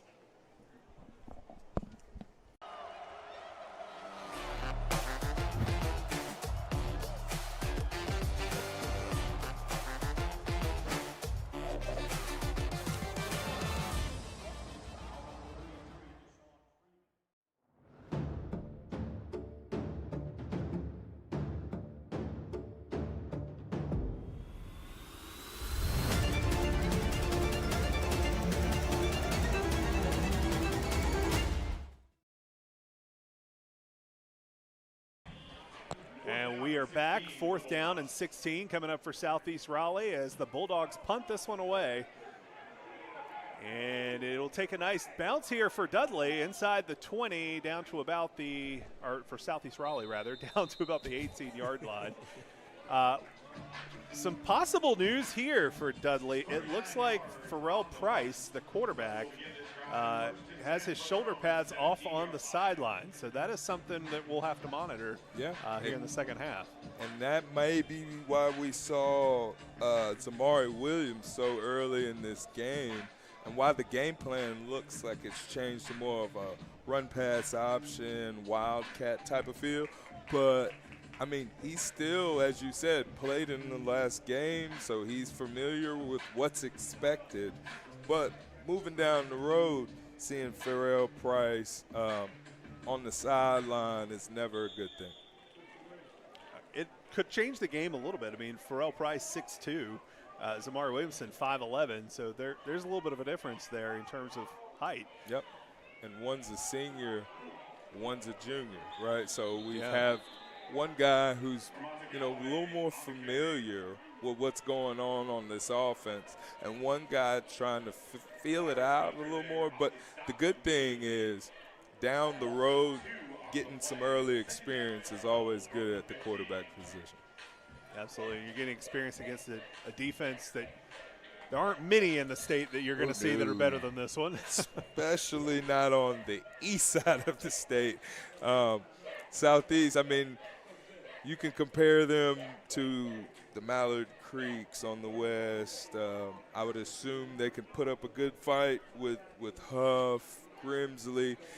This is a Southeast team that I expect personally to play deep into the playoff. Southeast coming off a strong season last year. They were 9-4 overall and made it to the 4th round of the 7A state playoffs. So I know they would like to build on that. E.J. Campbell, the coach, really has done a good job of building back the Southeast Raleigh program since he took over in 2020. He's a Southeast Raleigh alum, and he's got them in the conversation among some of the top teams in the eastern part of the state this year. For sure, and it's a testament to what they do up front. One thing you could tell by this Southeast team as opposed to all the ones, well, I won't say all of them, but most of them in recent memory were not this imposing up front. And that's in the last few years, when you have an established run game, it opens up so much more for you. Team's back out on the field after that timeout, and Williamson in shotgun with Boone to his right side. Williamson back to pass. Here comes the pressure, and he will be sacked again. This Southeast Raleigh defense is just having its way right now. Oh, yeah, and that's what you talked about earlier with all the pressures, all the sacks, everything that this defense creates. And as an opposing quarterback, you got to know the ball has to come out. You have to make this very quick, decisive decision. And honestly, if you hang on it too long, as I told you before, those big dudes are coming.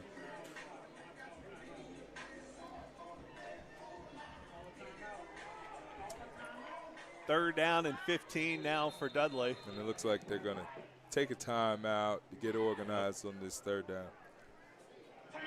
Timeout for the Panthers. 5:02 to go here in the third quarter. Dudley trailing Southeast Raleigh 24-6. And a big third down here. You don't want to have to punt the ball away, but you certainly don't want to have to punt the ball away from deep in your own territory and give Southeast Raleigh a short field to work with.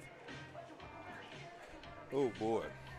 That's what I said. Just thinking about giving them a short field is something as a defensive coordinator, I'm like, oh, no. You know what's coming. Now, can you stop it? Well, one thing we know that will be coming on later tonight is our next game at 8 o'clock. Holly Springs taking on Wakefield here at the Wake County Football Showcase. We'll have that one for you live here on WakeCountyAthleticsZone.com and on the NFHS Network. You can also make your way out to WakeMed Soccer Park in Cary and catch it in person. You can buy your tickets at the gate. Should be a fun evening tonight with those two teams here at WakeMed Soccer Park. We're back out on the field here for 3rd and 15 Williamson and Boone in the backfield. Williamson rolling to his right side. Pass is off the fingertips of his intended receiver there. That was intended for number 2. That's Vermont Carmack. And right there, good design by the play caller for Dudley. Maybe a little tougher. I know you want to roll to the dominant hand for the quarterback, but right there running that sail concept to the short side or boundary is going to be tough for him to squeeze that throw in. But they almost got it. It was close. And now Dudley's going to have to punt from deep in its own territory. It looks like the punter is actually going to be right about the 2-yard line. He's backing up. Yep. His heels are almost touching the goal line. I'm expecting a big return if they can get it. Here he goes. They're going to have an opportunity. Cam Bullock. See, short field, line drive kick. Has the makings for a big return. Cam Bullock on that return for Southeast Raleigh, and they will start with possession inside the red zone. There is a flag on the play, though, so we'll see what this is. Right. And speaking of all the weapons, Cam Bullock is another receiver, but also return guy who has carried a few Division I offers as well. So, again, guys at every level of this team who we expect to see on Saturdays. Well, go figure, today's a Saturday. But we expect them to see Saturdays at the next level, and you're seeing why.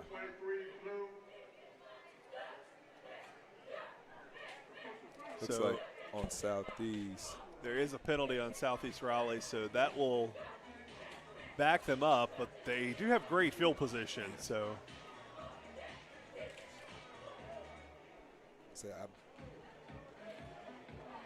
I believe it's a holding. They're either going to re-kick or they're going to enforce it on the end of the run. It looks like they're going to re-kick. Southeast is lining up to receive a punt again. Oh. 10-yard penalty, re-kick. So it was a hands to the face penalty called against Southeast Raleigh. So Cam Bullock back to return again. And maybe that is a break for Dudley. Let's hope so for Dudley. If you're a Dudley fan, let's hope that it's, not as good of a kick. It's a high punt, and it's going to take a Southeast Raleigh bounce before it is picked up around the 40-yard line. And that is where Southeast will take over. So still good field position for the Bulldogs, but not quite inside the red zone to start a drive. It'll be 1st and 10 for Southeast from the Dudley 40. Now, or 39-yard line. They are marking it inside the 40. See, Nick, I think they hear you. And they hear you saying, you want us to spot it right here, you would not tell us what to do. How about this? I was going to say inside the 40, but the official on the near sideline went to mark it at the 40. So I thought I was being, correct, but apparently not.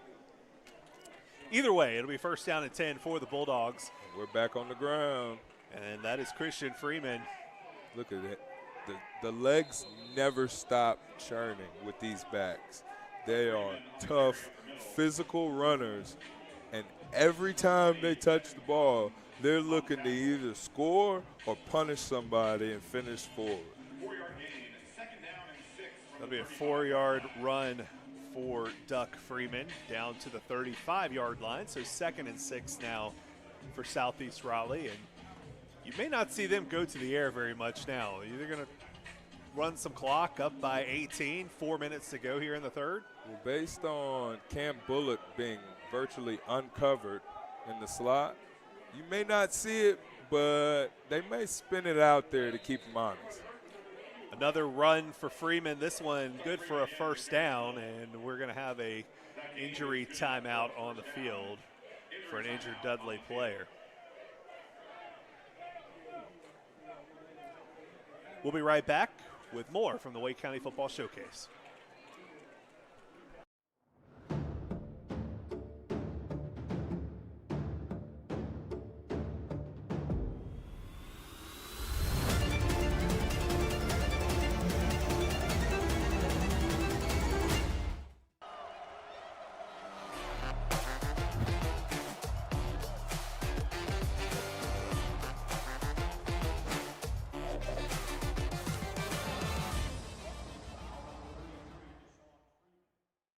In towns big and small, under Friday night lights, in packed gyms, and on fields across America, public school sports bring us together. They unite communities, they create traditions, they shape who students become, teaching resilience, leadership, discipline, and teamwork. Millions show up each season, students, families, alumni, generations. But behind every program is a question districts face every year. How do we sustain this? That's where National Amateur Sports comes in, partnering with public school districts and their athletic departments to protect their assets, enhance their content, and monetize through corporate partnerships. First and 10 from the 28-yard line. All right, we are back at WakeMed Soccer Park. 3:44 to go in the third quarter. Southeast Raleigh with the ball, first and 10. Didn't I tell you? If they leave did. Cam Bullock open, they may spin it out there to keep him honest. But, hey, right now, if you're Southeast Raleigh, you're doing what you want to do. You're on schedule. You're on timing with your throws. What do you think about another run right here? That reception gets them inside the 20-yard line down to the 19. It'll be second down and 1 here for Southeast Raleigh. You'll just have to take my word for that, I think. Yeah. I'm having a hard time seeing the down markers from Give it our perspective. Second and 1 on the 19. Now first and 10 on the, dare I say, 7. I think it's at the 11, actually. That was James Adams on the carry for Southeast Raleigh. Down to the 11-yard line, and it'll be first and 10 now for the Bulldogs.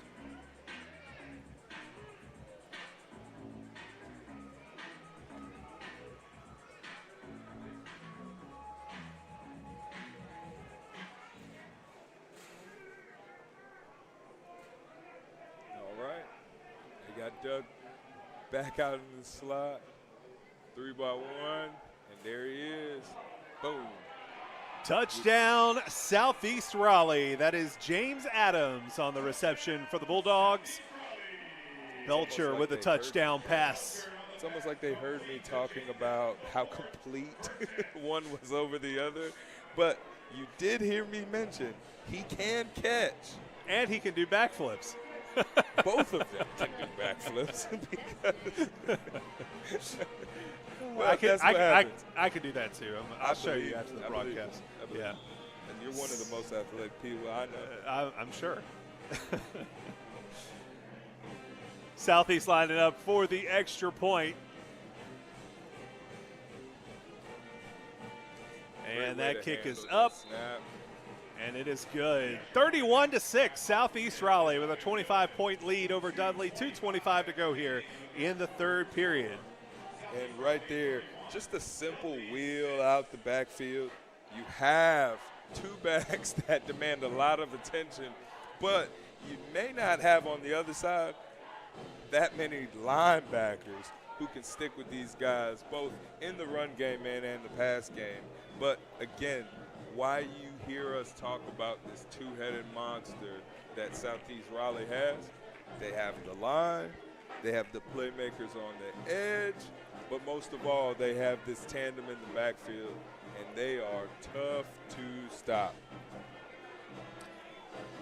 They are. Southeast Raleigh, a fourth-round appearance last year, and they certainly look like they can get back to that point, maybe further, this coming playoff season. And 2:25 to go here in the third quarter. Southeast Raleigh now up 31-6 on Dudley. The Wake County Football Showcase. Our first of two games tonight here at WakeMed Soccer Park. Coming up at around 8 o'clock, it'll be Holly Springs and Wakefield in the last game of the day. Kick is off, and it is a good kick into the end zone. That'll be a touchback, and Dudley will take over first and 10 at its own 20-yard line. Well, if you're Dudley right now, you have to find a way to stop the bleeding.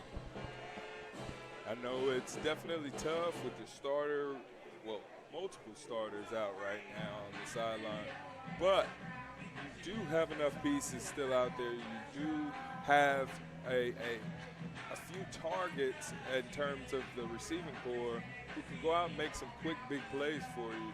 Now it's just time to lock in, find a way to get back on the positive scoring side of things, and again, keep this offense off the field.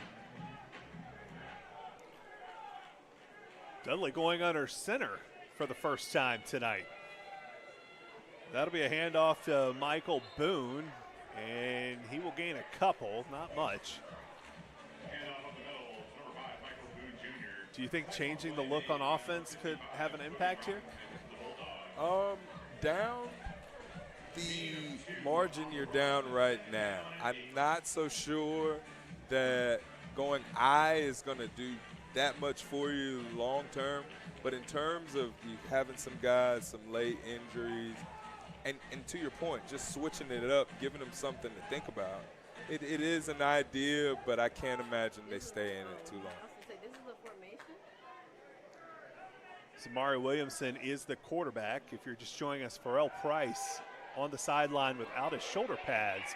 That pass is caught. What a catch. What a catch from Samir Horton. That is into Southeast Raleigh territory down to the 41-yard line. It'll be a first down for the Panthers. And as you just heard me say, the formation, it got it done. It gave them a different look. But they do have plenty of targets still available that can go up, make some big, quick plays for them, push the ball down the field. First down for Dudley. That might have been the biggest offensive play of the game so far for the Panthers. This time they are handing it off to Ramonte Galloway. And now he's outside. He has it. Oh, I thought he had enough to turn the corner, but great pursuit by the Southeast Raleigh Bulldogs. Ramonte Galloway on that carry, and he gets another first down to the 20-yard line. Again, you're running the clock, but this is the first time that Dudley has been in the red zone today against the Southeast Raleigh team. The touchdown that they had was a 98-yard kick return for a touchdown. And so first trip to the red zone tonight for the Panthers. They stay under center with Williamson. He will hand this one off to Boone, and Boone will be brought down behind the line of scrimmage for a loss of a yard. Yep, and that is honestly, looking back, they probably should have got to this formation, this personnel grouping a little sooner. But you're having success. No, the game's not over, but we got to get points on the board sooner than later. Less than a minute to go here in the third quarter. Southeast Raleigh leading 31-6, but Dudley threatening at the 21-yard line. It's 2nd and 11. Williamson back to pass, and it is incomplete through the fingers of two defenders, Carter Jamie and Khalil Hamilton, both with an opportunity to get the interception, and Carter Jamie doing some push-ups for that drop. And to know that would have been your free play, too, because this is, I mean, they're going to back him up for the hold, but yeah, as a DB on a big stage and you're a freshman, you got to have them. That is right. Carter Jamie is a freshman, number 0 for Southeast Raleigh, 6'1", 180. And in his debut in high school football last week, he recorded 4 tackles in a win over Enlow. Yeah, well, you can tell he has those young calf muscles, how high he got off the ground. Oh, my goodness. We need to get a couple more calf racing on too. Dudley. Ooh, great pressure. Hit as he threw. Albert his helmet Payne popped off. has been bringing the pain today. Number 3 for Southeast Raleigh has bad intentions every time he's around the ball, and I love it. So Zamari Williamson's helmet came off. Pharrell Price does not have shoulder pads on. Looks like so it looks like Jalen Jones may be coming in to play quarterback. Or 17, maybe. I say Cassius Austin. Nope, he's going to the far side. And it is going to be Jalen Jones. Kicking the glove off, ready to go in. He's the new general for play. I'd imagine here we're going to get a quick handoff, halfback, quarterback direct. It is third like and that. 20. False start. And they let it go. And there's Pams again. Jalen Jones keeps it himself. He gets some positive yardage on that, but well short of the first down. I say it's 4th and 21. Well, 3rd and 21, and you lose your starter, or who you have playing quarterback. That doesn't make it easy. Zamari Williamson, well, he came onto the field, but it looks like he's coming back off of the field. So they're going to leave Jalen Jones in at quarterback. This will be the third quarterback of the night so far for Dudley. And I think they probably just sent them back out there to finish the quarter. That is the end of the third quarter. Southeast Raleigh with a 31-6 lead over Dudley here in the Wake County Football Showcase. We'll be back with the fourth quarter right after this. In towns big and small, under Friday night lights, in packed gyms, and on fields across America, public school sports bring us together. They unite communities, they create traditions, they shape who students become, teaching resilience, leadership, discipline, and teamwork. Millions show up each season, students, families, alumni, generations. But behind every program is a question districts face every year. How do we sustain this? That's where National Amateur Sports comes in, partnering with public school districts and their athletic departments to protect their assets, enhance their content, and monetize through corporate partnerships. Every middle school, every high school, every student athlete back on the field next season, because this is worth protecting.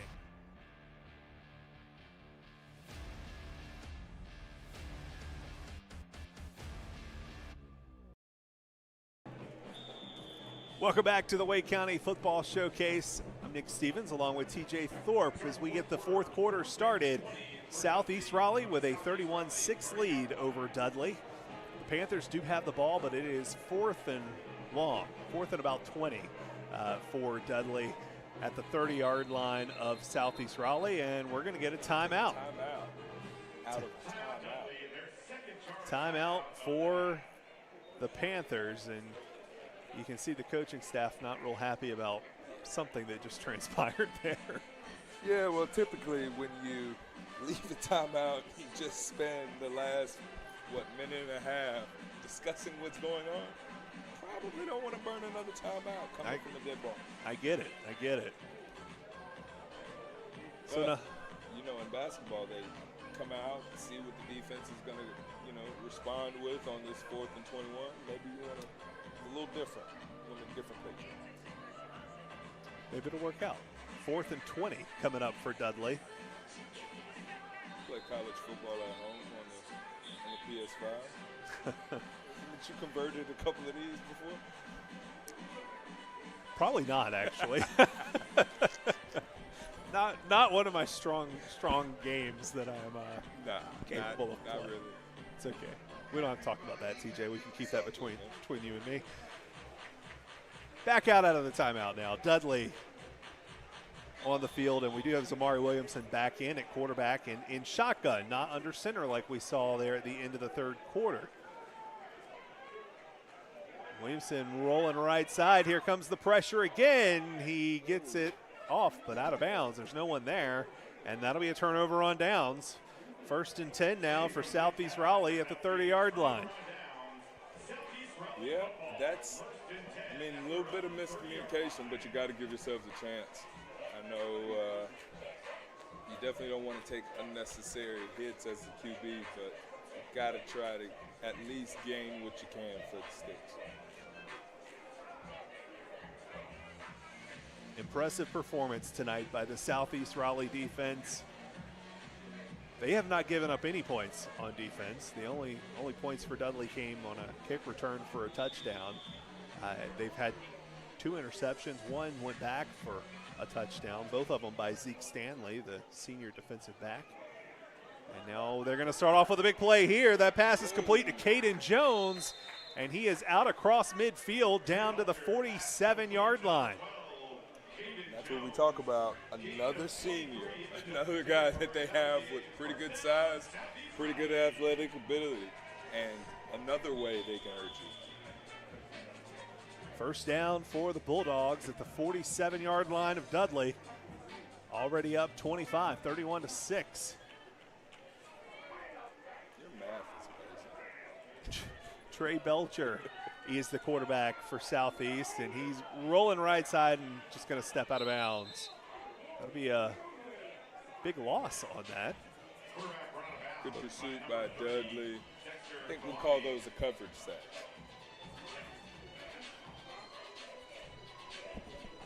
That's going to take him back to the 48-yard line of Southeast Raleigh. So that'll be recorded as a 5-yard sack. 2nd and 15. That's what happens, right? Team sack. But they're going back with this two-back look, and you got to know when they do, they are going to give you a healthy dose. But handled very well right there by Dudley. Duck Freeman on that carry, maybe a yard gain on that. That'll bring up 3rd down and 14 now for the Bulldogs. Good tackle by David Johnson. Oh, and David Johnson, number 4 for Dudley, is a sophomore. So we talk about young talent on the field. He's one with great size, great ability. For the next 2 years, Dudley has some really positive things to look forward to. Belcher's pass complete. That's James Adams again. He's been active on offense tonight for Southeast Raleigh. That'll be a gain of about 9 down to the 43-yard line. And that will bring up 3rd down. 4th down, rather. 4th down and 6 for Southeast Raleigh.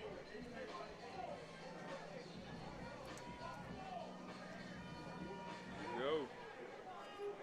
4th and 6. You got some good space here in the slot, but I can't imagine that Southeast may or may not. Well, it looks like they're going to take a timeout. Timeout, Southeast Raleigh. Their first charge timeout of the half. And you see on that last set from Southeast Raleigh, you have Cam Bullock down there trying to get the quarterback's attention because he's one-on-one in the slot. He's typically your 3rd down, keeping your drive alive type of guy. Lord, all these tongue twisters tonight. But again, trying to get on the same page and knowing you need 6 yards to the sticks, get it to your sure-handed guy. Be a 4th down and about 6 coming out of this timeout for Southeast Raleigh. We got 9:47 to go here in the 4th quarter. Southeast leading Dudley 31-6 at the Wake County Football Showcase here at WakeMed Soccer Park. Coming up around 8 o'clock, we'll have our second game tonight. Holly Springs taking on Wakefield. You can watch that live here on WakeCountyAthleticZone.com or on the NFHS network. Coming up after the game, we'll have the player of the game announcement, and the winner will get the Wake County Football Showcase trophy, so stick around for that. 4th down pass falls incomplete, and the Dudley defense will get a turnover on down. So the Panthers offense coming back out onto the field. They'll take over 1st and 10 from their own 43. Well, right there, you saw them try to dial up something for Cam Bullock or Christian Freeman. Looks like we might have had a little bit of miscommunication in the area.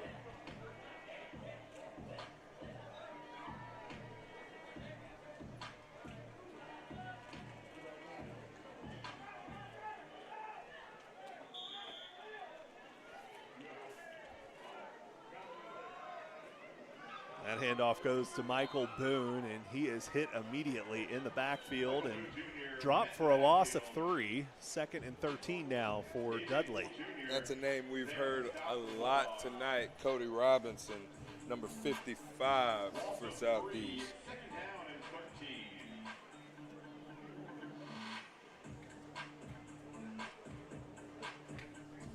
appears to be a lot of senior talent on this Southeast team. Well, really spread throughout the team, but they are definitely led by a strong senior class. Which is good when you have some of this talented freshmen, too. Oh, yeah. Nice run here for Michael Boone Jr. on second down, and it's going to be enough for a first down out across midfield down to the 44-yard line. Going to be first down for the Panthers. Not to be overshadowed by the backs from Southeast Raleigh, but Michael Boone Jr. has been running tough all night, finishing runs. He's a strong player, senior for them, and, I mean, there's a bright spot for sure on this offense in him. He had 84 yards on the ground last week against Cardinal Gibbons on 10 carries, so 8.4 yards per carry. Last season, 1,332 yards, 8 touchdowns on the ground for Michael Boone Jr. And I know you like players who play both sides of the ball. He had 21 tackles last season, too. There you go. Looks like they're going to get him the ball and give him some receiving yards, too. And he's got some Great room block, to run. block. He's out the gate. Looks like he can go finish it. Touchdown, Dudley. He does. Michael job, Boone Michael Jr. with a 42-yard touchdown catch and run for the Panthers, and that's the first offensive points of the night here for Dudley. And that was a great call, great design by the coach and the offensive staff. Being able to use some of that aggressiveness that Southeast Raleigh has shown all night against them.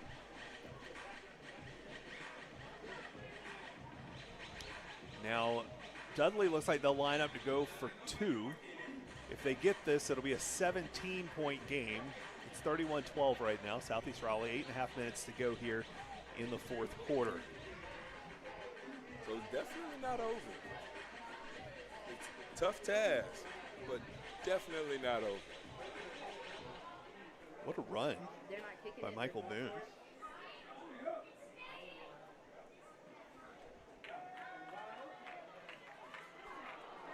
And that 2-point conversion is no good. Pass falls incomplete as he's hit as he threw. Let's take a look at that touchdown run by Michael, or catch and run by Michael Right Boone here, Jr. you get a slip screen out left to your running back. Great blocking by your O-line, being careful with their hands, and then letting the strong running back, look at him, finish in the end zone. Fighting to stay in bounds, and that's what you look for at the next level.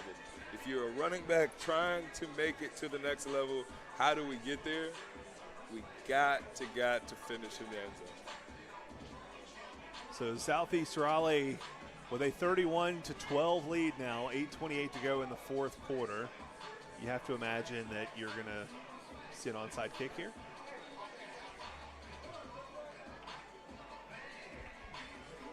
I think one thing that we're going to see here soon that could make this very interesting, Nick, is this special teams play right here. Because I know 31-12 looks like it's completely out of reach, but with 10 minutes left, if we can get some quick scores like they were able to do and move the ball pretty quickly, a couple special teams plays can keep you in it.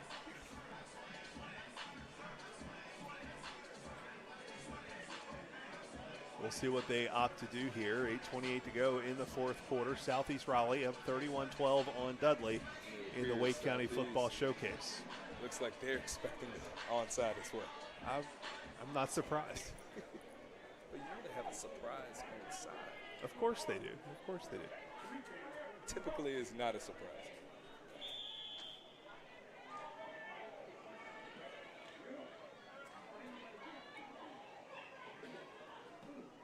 They do not do the onside kick, and this one is going to be fielded by Adam Saunders.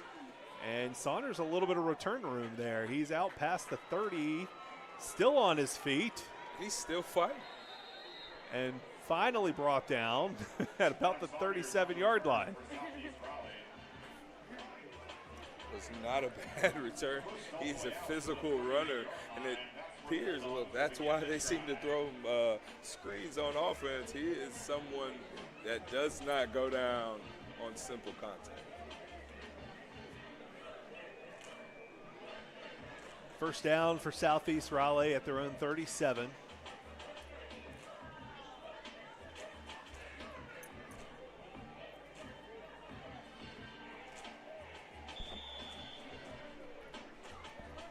got to imagine they're going to get this thing back on the ground and get some of this clock eaten up. A little miscommunication there. Belcher ends up keeping it himself and runs out of bounds, so that'll stop the clock. Or did he not get out of bounds? The clock's still running. Oh, now it's stopped. Okay, now it's Second down and 12 from the 36. So he'll lose 2 yards on that. That'll bring up second down and 12 now for Southeast Raleigh. And the clock is stopped because he went out of bounds. Probably not what Southeast was looking for. Yeah, no, I do not think that's what they were looking for, and I think that's what the offensive staff yelled back in. Stay in bounds, get on the ground, don't get touched. And we're going to have a timeout for Southeast Raleigh. So with 8:07 to go in the fourth quarter, Southeast Raleigh with a 31-12 lead on Dudley. We'll be right back with the fourth quarter at the Wake County Football Showcase right after this.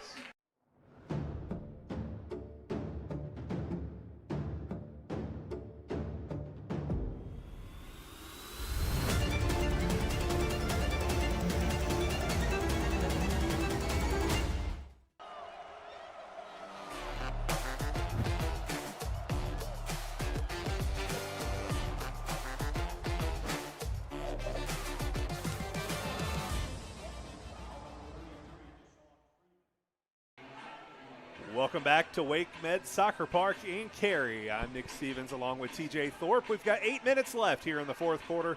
Southeast Raleigh with the ball and a 31-12 lead over Dudley. It's second down and 12 for the Bulldogs. Ball at about the 35-yard line. Couple of miscues by Southeast offense, and we can expect them to get things back leveled on the ground. Southeast keeps it on the ground here. This is Duck Freeman with some room to run, and he's going to be near a first down. Looks like he will have it just shy of midfield. It'll be first and 10 from the 49, and I have a feeling that's what Southeast wanted on the previous play. Yeah, something tells me that just the simple handoff to Duck was what they were going for. Yeah, it looked like some miscommunication on that one. First and 10 for the Bulldogs. Ball at their own 49-yard line. And the clock is running. 7:34 and counting here in the fourth quarter. Southeast up 31-12. I think we can expect another run, maybe off the left side. Oh. Back to Freeman, and he cuts back to the right side. More room to run. He's Great inside vision. the 40. Look at the stiff arm down to the 34-yard line. And it'll be another first down for Southeast Raleigh. And that is the vision, the determination, and pure physicality as he finishes that run that NC State fans are so high on. Now, I can't say I'm so high on it, but. Well, NC State fans, after today, need something to be excited about. Shout out UVA. They need some offense, and maybe Duck Freeman is the offense that they're looking for. They go right back to Freeman. More room to run. Still on his feet. Jumped over a defender. He's down to the 25-yard line, just shy of a first down. It'll be second and 1 coming up for the Bulldogs. Now, I don't know how true this is. This was told to me playfully, but part of why his name is Duck, because he likes to jump over people, and you should probably duck. Are you being real right now? I'm so serious. This was told to me. Now, how true that is, I have no idea. We'll have to ask. That would be a great story. UNC State fans ask. After he leaves Southeast Raleigh, I can't speak to him anymore. He's had a great showing so far tonight. He's off on the sidelines now, getting a well-deserved break. This is going to be James Adams on the carry. And he gets a couple yards, but it's enough for a first down for the Bulldogs. Again, it's like, oh, they let their foot off the gas pedal. Duck's going out. And then in comes James, Nick Chubb Adams? We'll have to make sure that he knows you gave him that nickname. I'm sure it'll get back to him. I can't imagine he would turn that one down either. No. I think he'd be excited for that comparison. Wouldn't we all? 5.5 minutes left in the fourth quarter. Southeast driving at the 23-yard line of Dudley. Already up 31-12, and they keep it on the ground, and Adams loses his feet. He'll gain a yard. The first time we see one of their backs go down on the first contact, there was no contact at all.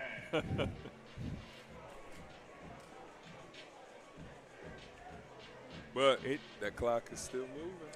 It did rain a little bit earlier today, but so far tonight, at least during the games, it has been fine.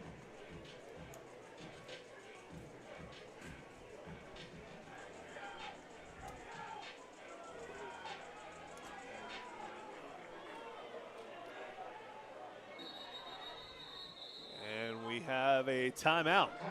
Southeast Raleigh calls timeout. 4:40 to go in the fourth quarter. The Bulldogs up 31-12. It'll be 2nd and 10 coming out of the timeout, and we'll be right back. In towns big and small, under Friday night lights, in packed gyms, and on fields across America, public school sports bring us together. They unite communities. They create traditions. They shape who students become, teaching resilience, leadership, discipline, and teamwork. Millions show up each season, students, families, alumni, generations. But behind every program is a question districts face every year. How do we sustain this? That's where National Amateur Sports comes in, partnering with public school districts and their athletic departments to protect their assets, enhance their content, and monetize through corporate partnerships. Every middle school. Welcome back to WakeMed Soccer Park. It's 2nd and 10 here for Southeast Raleigh, and they go right back to Freeman. He is going to run out of room on the sideline, but they did not bring him down. Is that a big NC State Tuffy logo on the back of his helmet? I don't know. I don't know who Tuffy, Fluffy. I don't know if we can get a tight shot of number 5's helmet to our production crew, but I can tell you he has a, what do they call it? The drooling wolf on his arm or something like that. What do they call that? A hungry wolf or other side? It's on the other Thank side. goodness. Let's wait till he turns. Right there, you just got a great shot of a Belcher nice keeps it tricep. himself, and he's going to be knocked out of bounds inside the 20-yard line. He's short of the first down. That's down to about the 17, and that'll bring up 4th down. That's one thing Trey Belcher does not get enough credit for, being able to extend and make plays with his legs. It's going to be 4th down and 4 here for Southeast Raleigh. There's your logo on the back of the helmet. Yeah. I didn't know that was a thing. No, that's a thing. It's a thing. Okay. I tell you, since I've changed jobs, I've not been at games as much, and I'm getting back into the swing of things here. Here goes Freeman around the left side, and he is in for the touchdown on 4th and 4. Freeman goes 17 yards for his 2nd touchdown of the night, and he's going to do the backflip. Oh, there's two back. There's just backflipping everywhere. Now, talk about something that makes your NC State coaches nervous. It's when you score and then do a backflip in full pads. With a helmet on. In low-top cleats. My goodness. Southeast lining up for the extra point. And it is good. So Southeast Raleigh now up 38-12. 38-12 on Dudley. With 4:16 to go here in the fourth quarter. Doug Freeman now 2 touchdowns. He had the 34-yard touchdown run to open things up in the first quarter, and now a 17-yard touchdown run here in the fourth quarter to give Southeast Raleigh a 38-12 lead. That's what they do. They're a two-headed monster, and man, when those two guys get going and they get those big guys out and moving on those pools, it's not a great sight for any opposing defenses.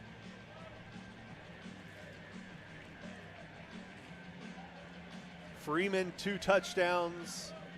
You've got Adams with a pair of touchdowns for Southeast Raleigh.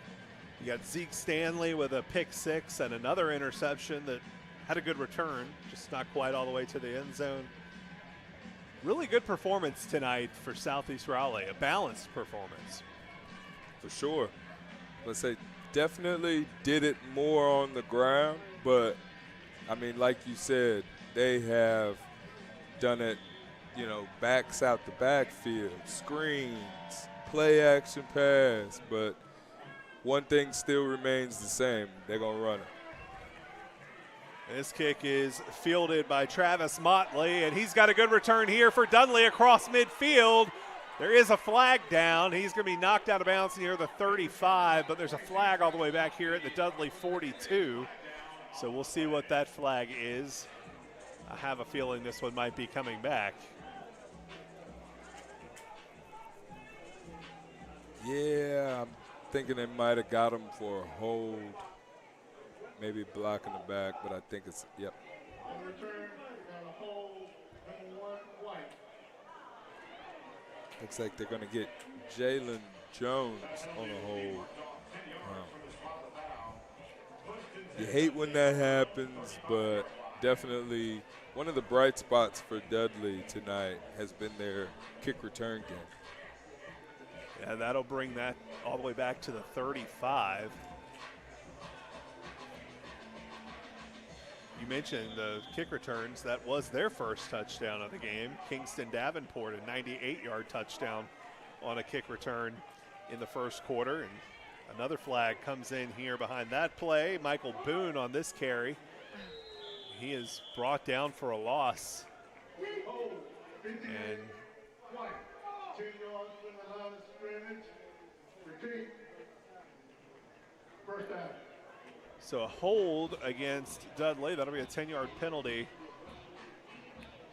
Boone was brought down on that play and got up a little gingerly on that. So hopefully everything's good with him. Yeah, he's had a long day, but he is a tough runner, tough kid, and I can't imagine that's going to keep him finishing this game.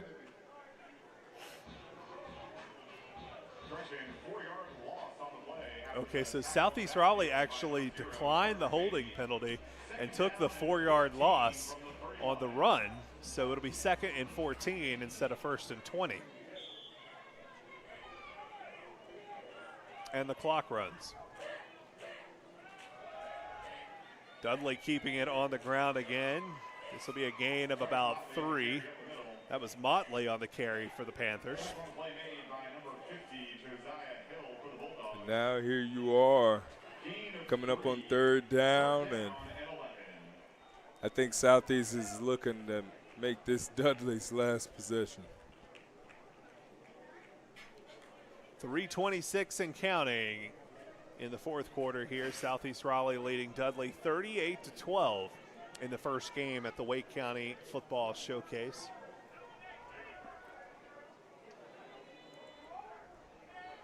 Dudley again on the ground. This is Motley, and he will be hit for a loss. Good tackle there from Moses Miller, the senior defensive back for the Bulldogs.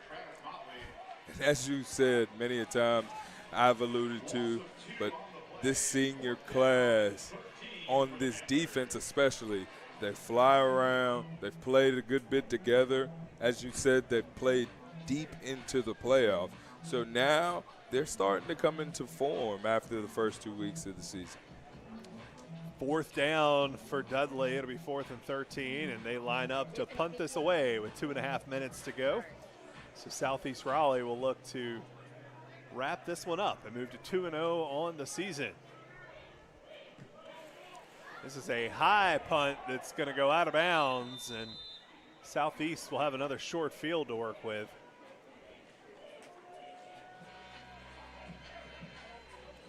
They're going to mark it at the Southeast Raleigh 47-yard line. And that is where the Bulldogs will take over. 2:17 to go here in the 4th quarter, up 38-12 on Dudley. I think it's going to be the 49, Nick.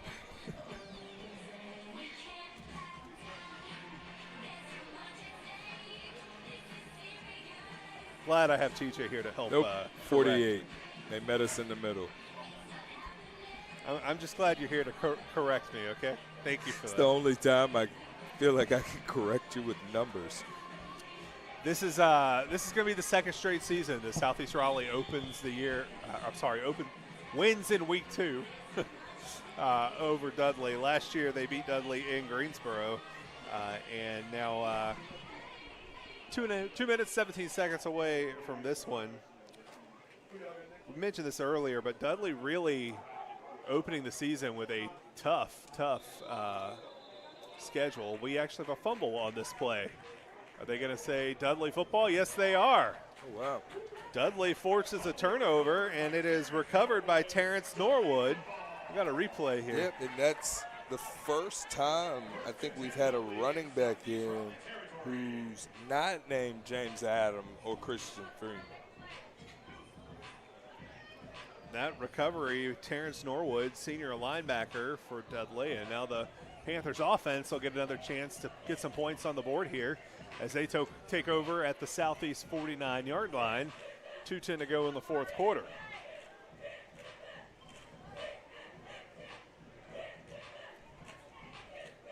Right here. You want to have something you end the game and feel good about going into next week. And so far, Dudley has done a great job with trying to close this game on a high note, running the ball pretty strong, getting some good yardage. That was Travis Motley again on the carry for Dudley.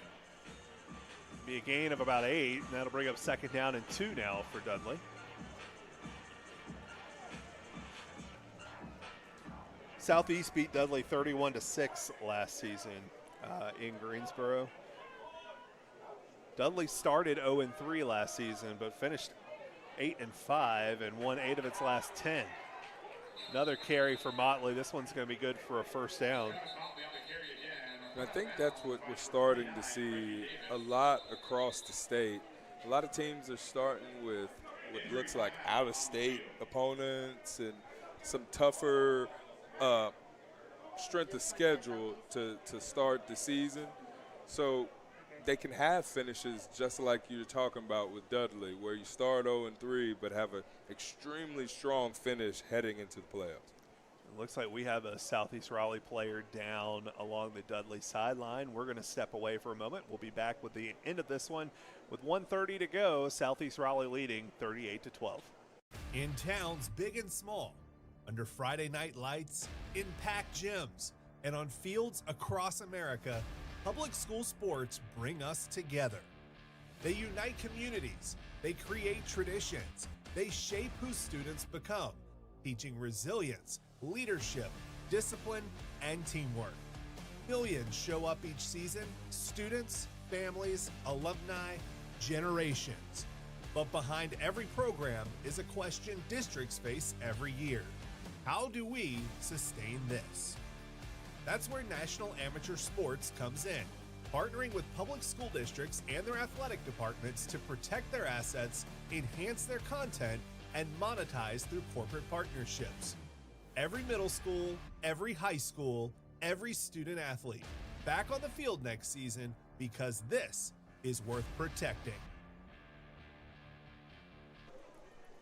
And we are back. Khalil Hamilton was able to walk off the field on his own power for Southeast, so that was good to see. Another run here for Travis Motley. Pretty good move. A little bit of friendly fire on that play from Southeast Raleigh's defenders.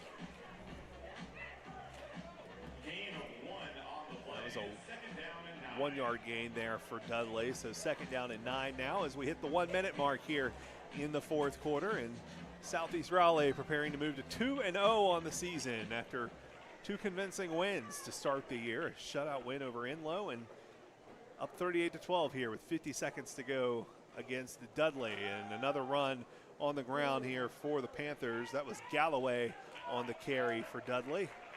He's down inside the 25-yard line to about the 24. And that's what you want. Like I said, if you're Dudley, you want to finish as much on a high note as you can and just keep stringing together positive plays.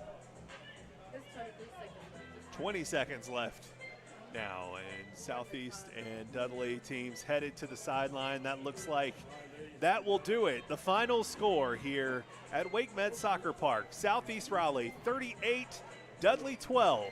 In the first game of the Wake County Football Showcase, Dudley falls to 0-2. Southeast Raleigh 2-0 now. Dudley will host Hillside next week in week 3, while Southeast Raleigh will hit the road to take on East Wake. 38-12 is your final. Southeast Raleigh over Dudley. We're going to take a quick break, and we'll be right back with the trophy presentation and the player of the game here on WakeCountyAthleticZone.com.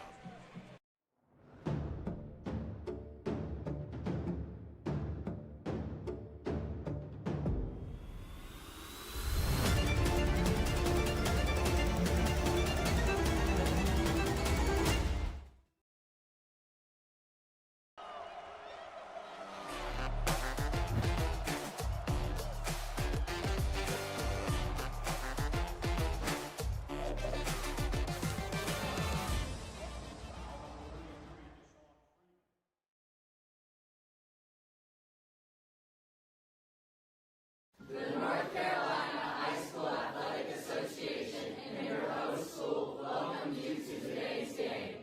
Each game showcases core values: Sportsmanship, integrity, respect, and accountability. As we cheer, remember our purpose. Creating opportunities for students to learn, compete, and grow. Tonight, we challenge everyone to set the standard through actions and examples. Together, through leadership, service, and sportsmanship, we can set the standard.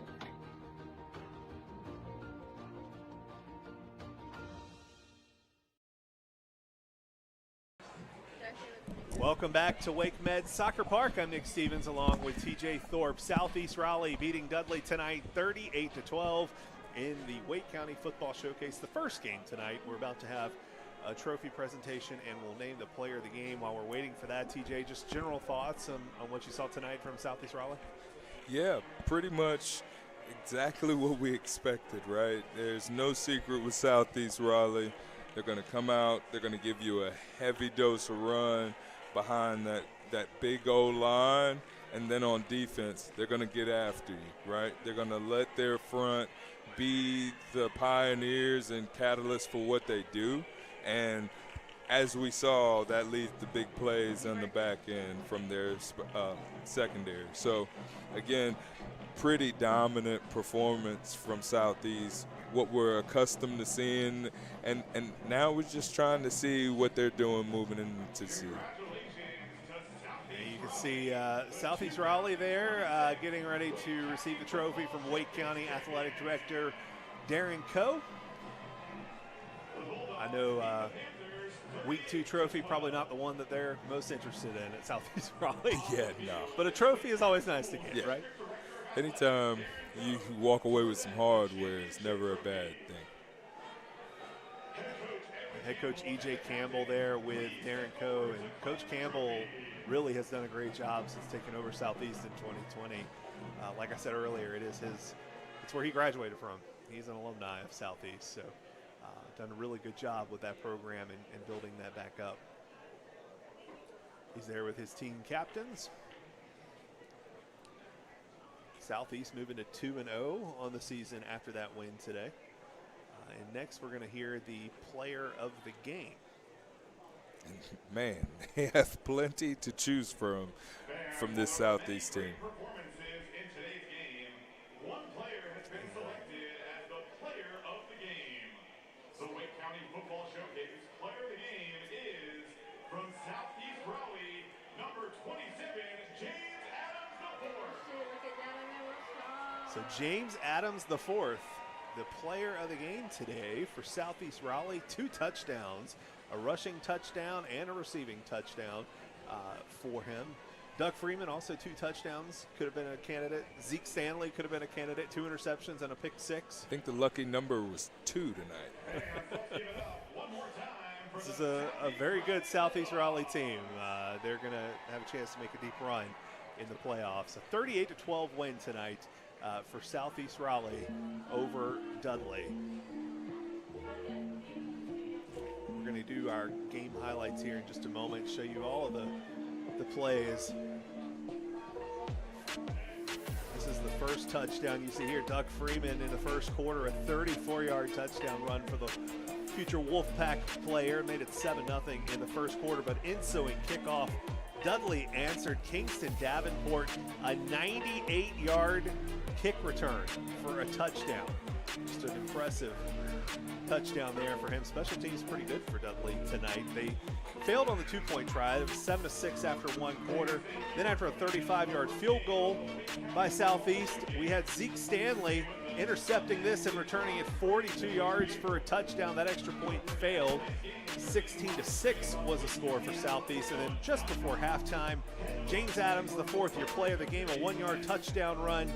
Two-point conversion, also good for Adams on that. It was 24-6. Second half, Trey Belcher, 11-yard touchdown pass to James Adams. Extra point good, 31-6 Southeast Raleigh after 3. And then Michael Boone Jr. gets the first offensive points of the game for Dudley. 47 yards on the screen pass from Zamari Williamson. And he is going to have to fight through contact, diving into the end zone for the touchdown. Two-point conversion, no good, 31-12 Southeast Raleigh. And then the last touchdown of the game, Doug Freeman, his second of the night, 17 yards. Extra point was good, 38-12. Your final score, Southeast Raleigh beating Dudley tonight in the Wake County Football Showcase. We will be back for Game 2 in about 30 minutes. So we'll be starting at about a little before 8:15 here on WakeCountyAthleticZone.com and on the NFHS Network. For TJ Thorpe and Brady Pugh, I'm Nick Stevens. We will see you in about a half hour.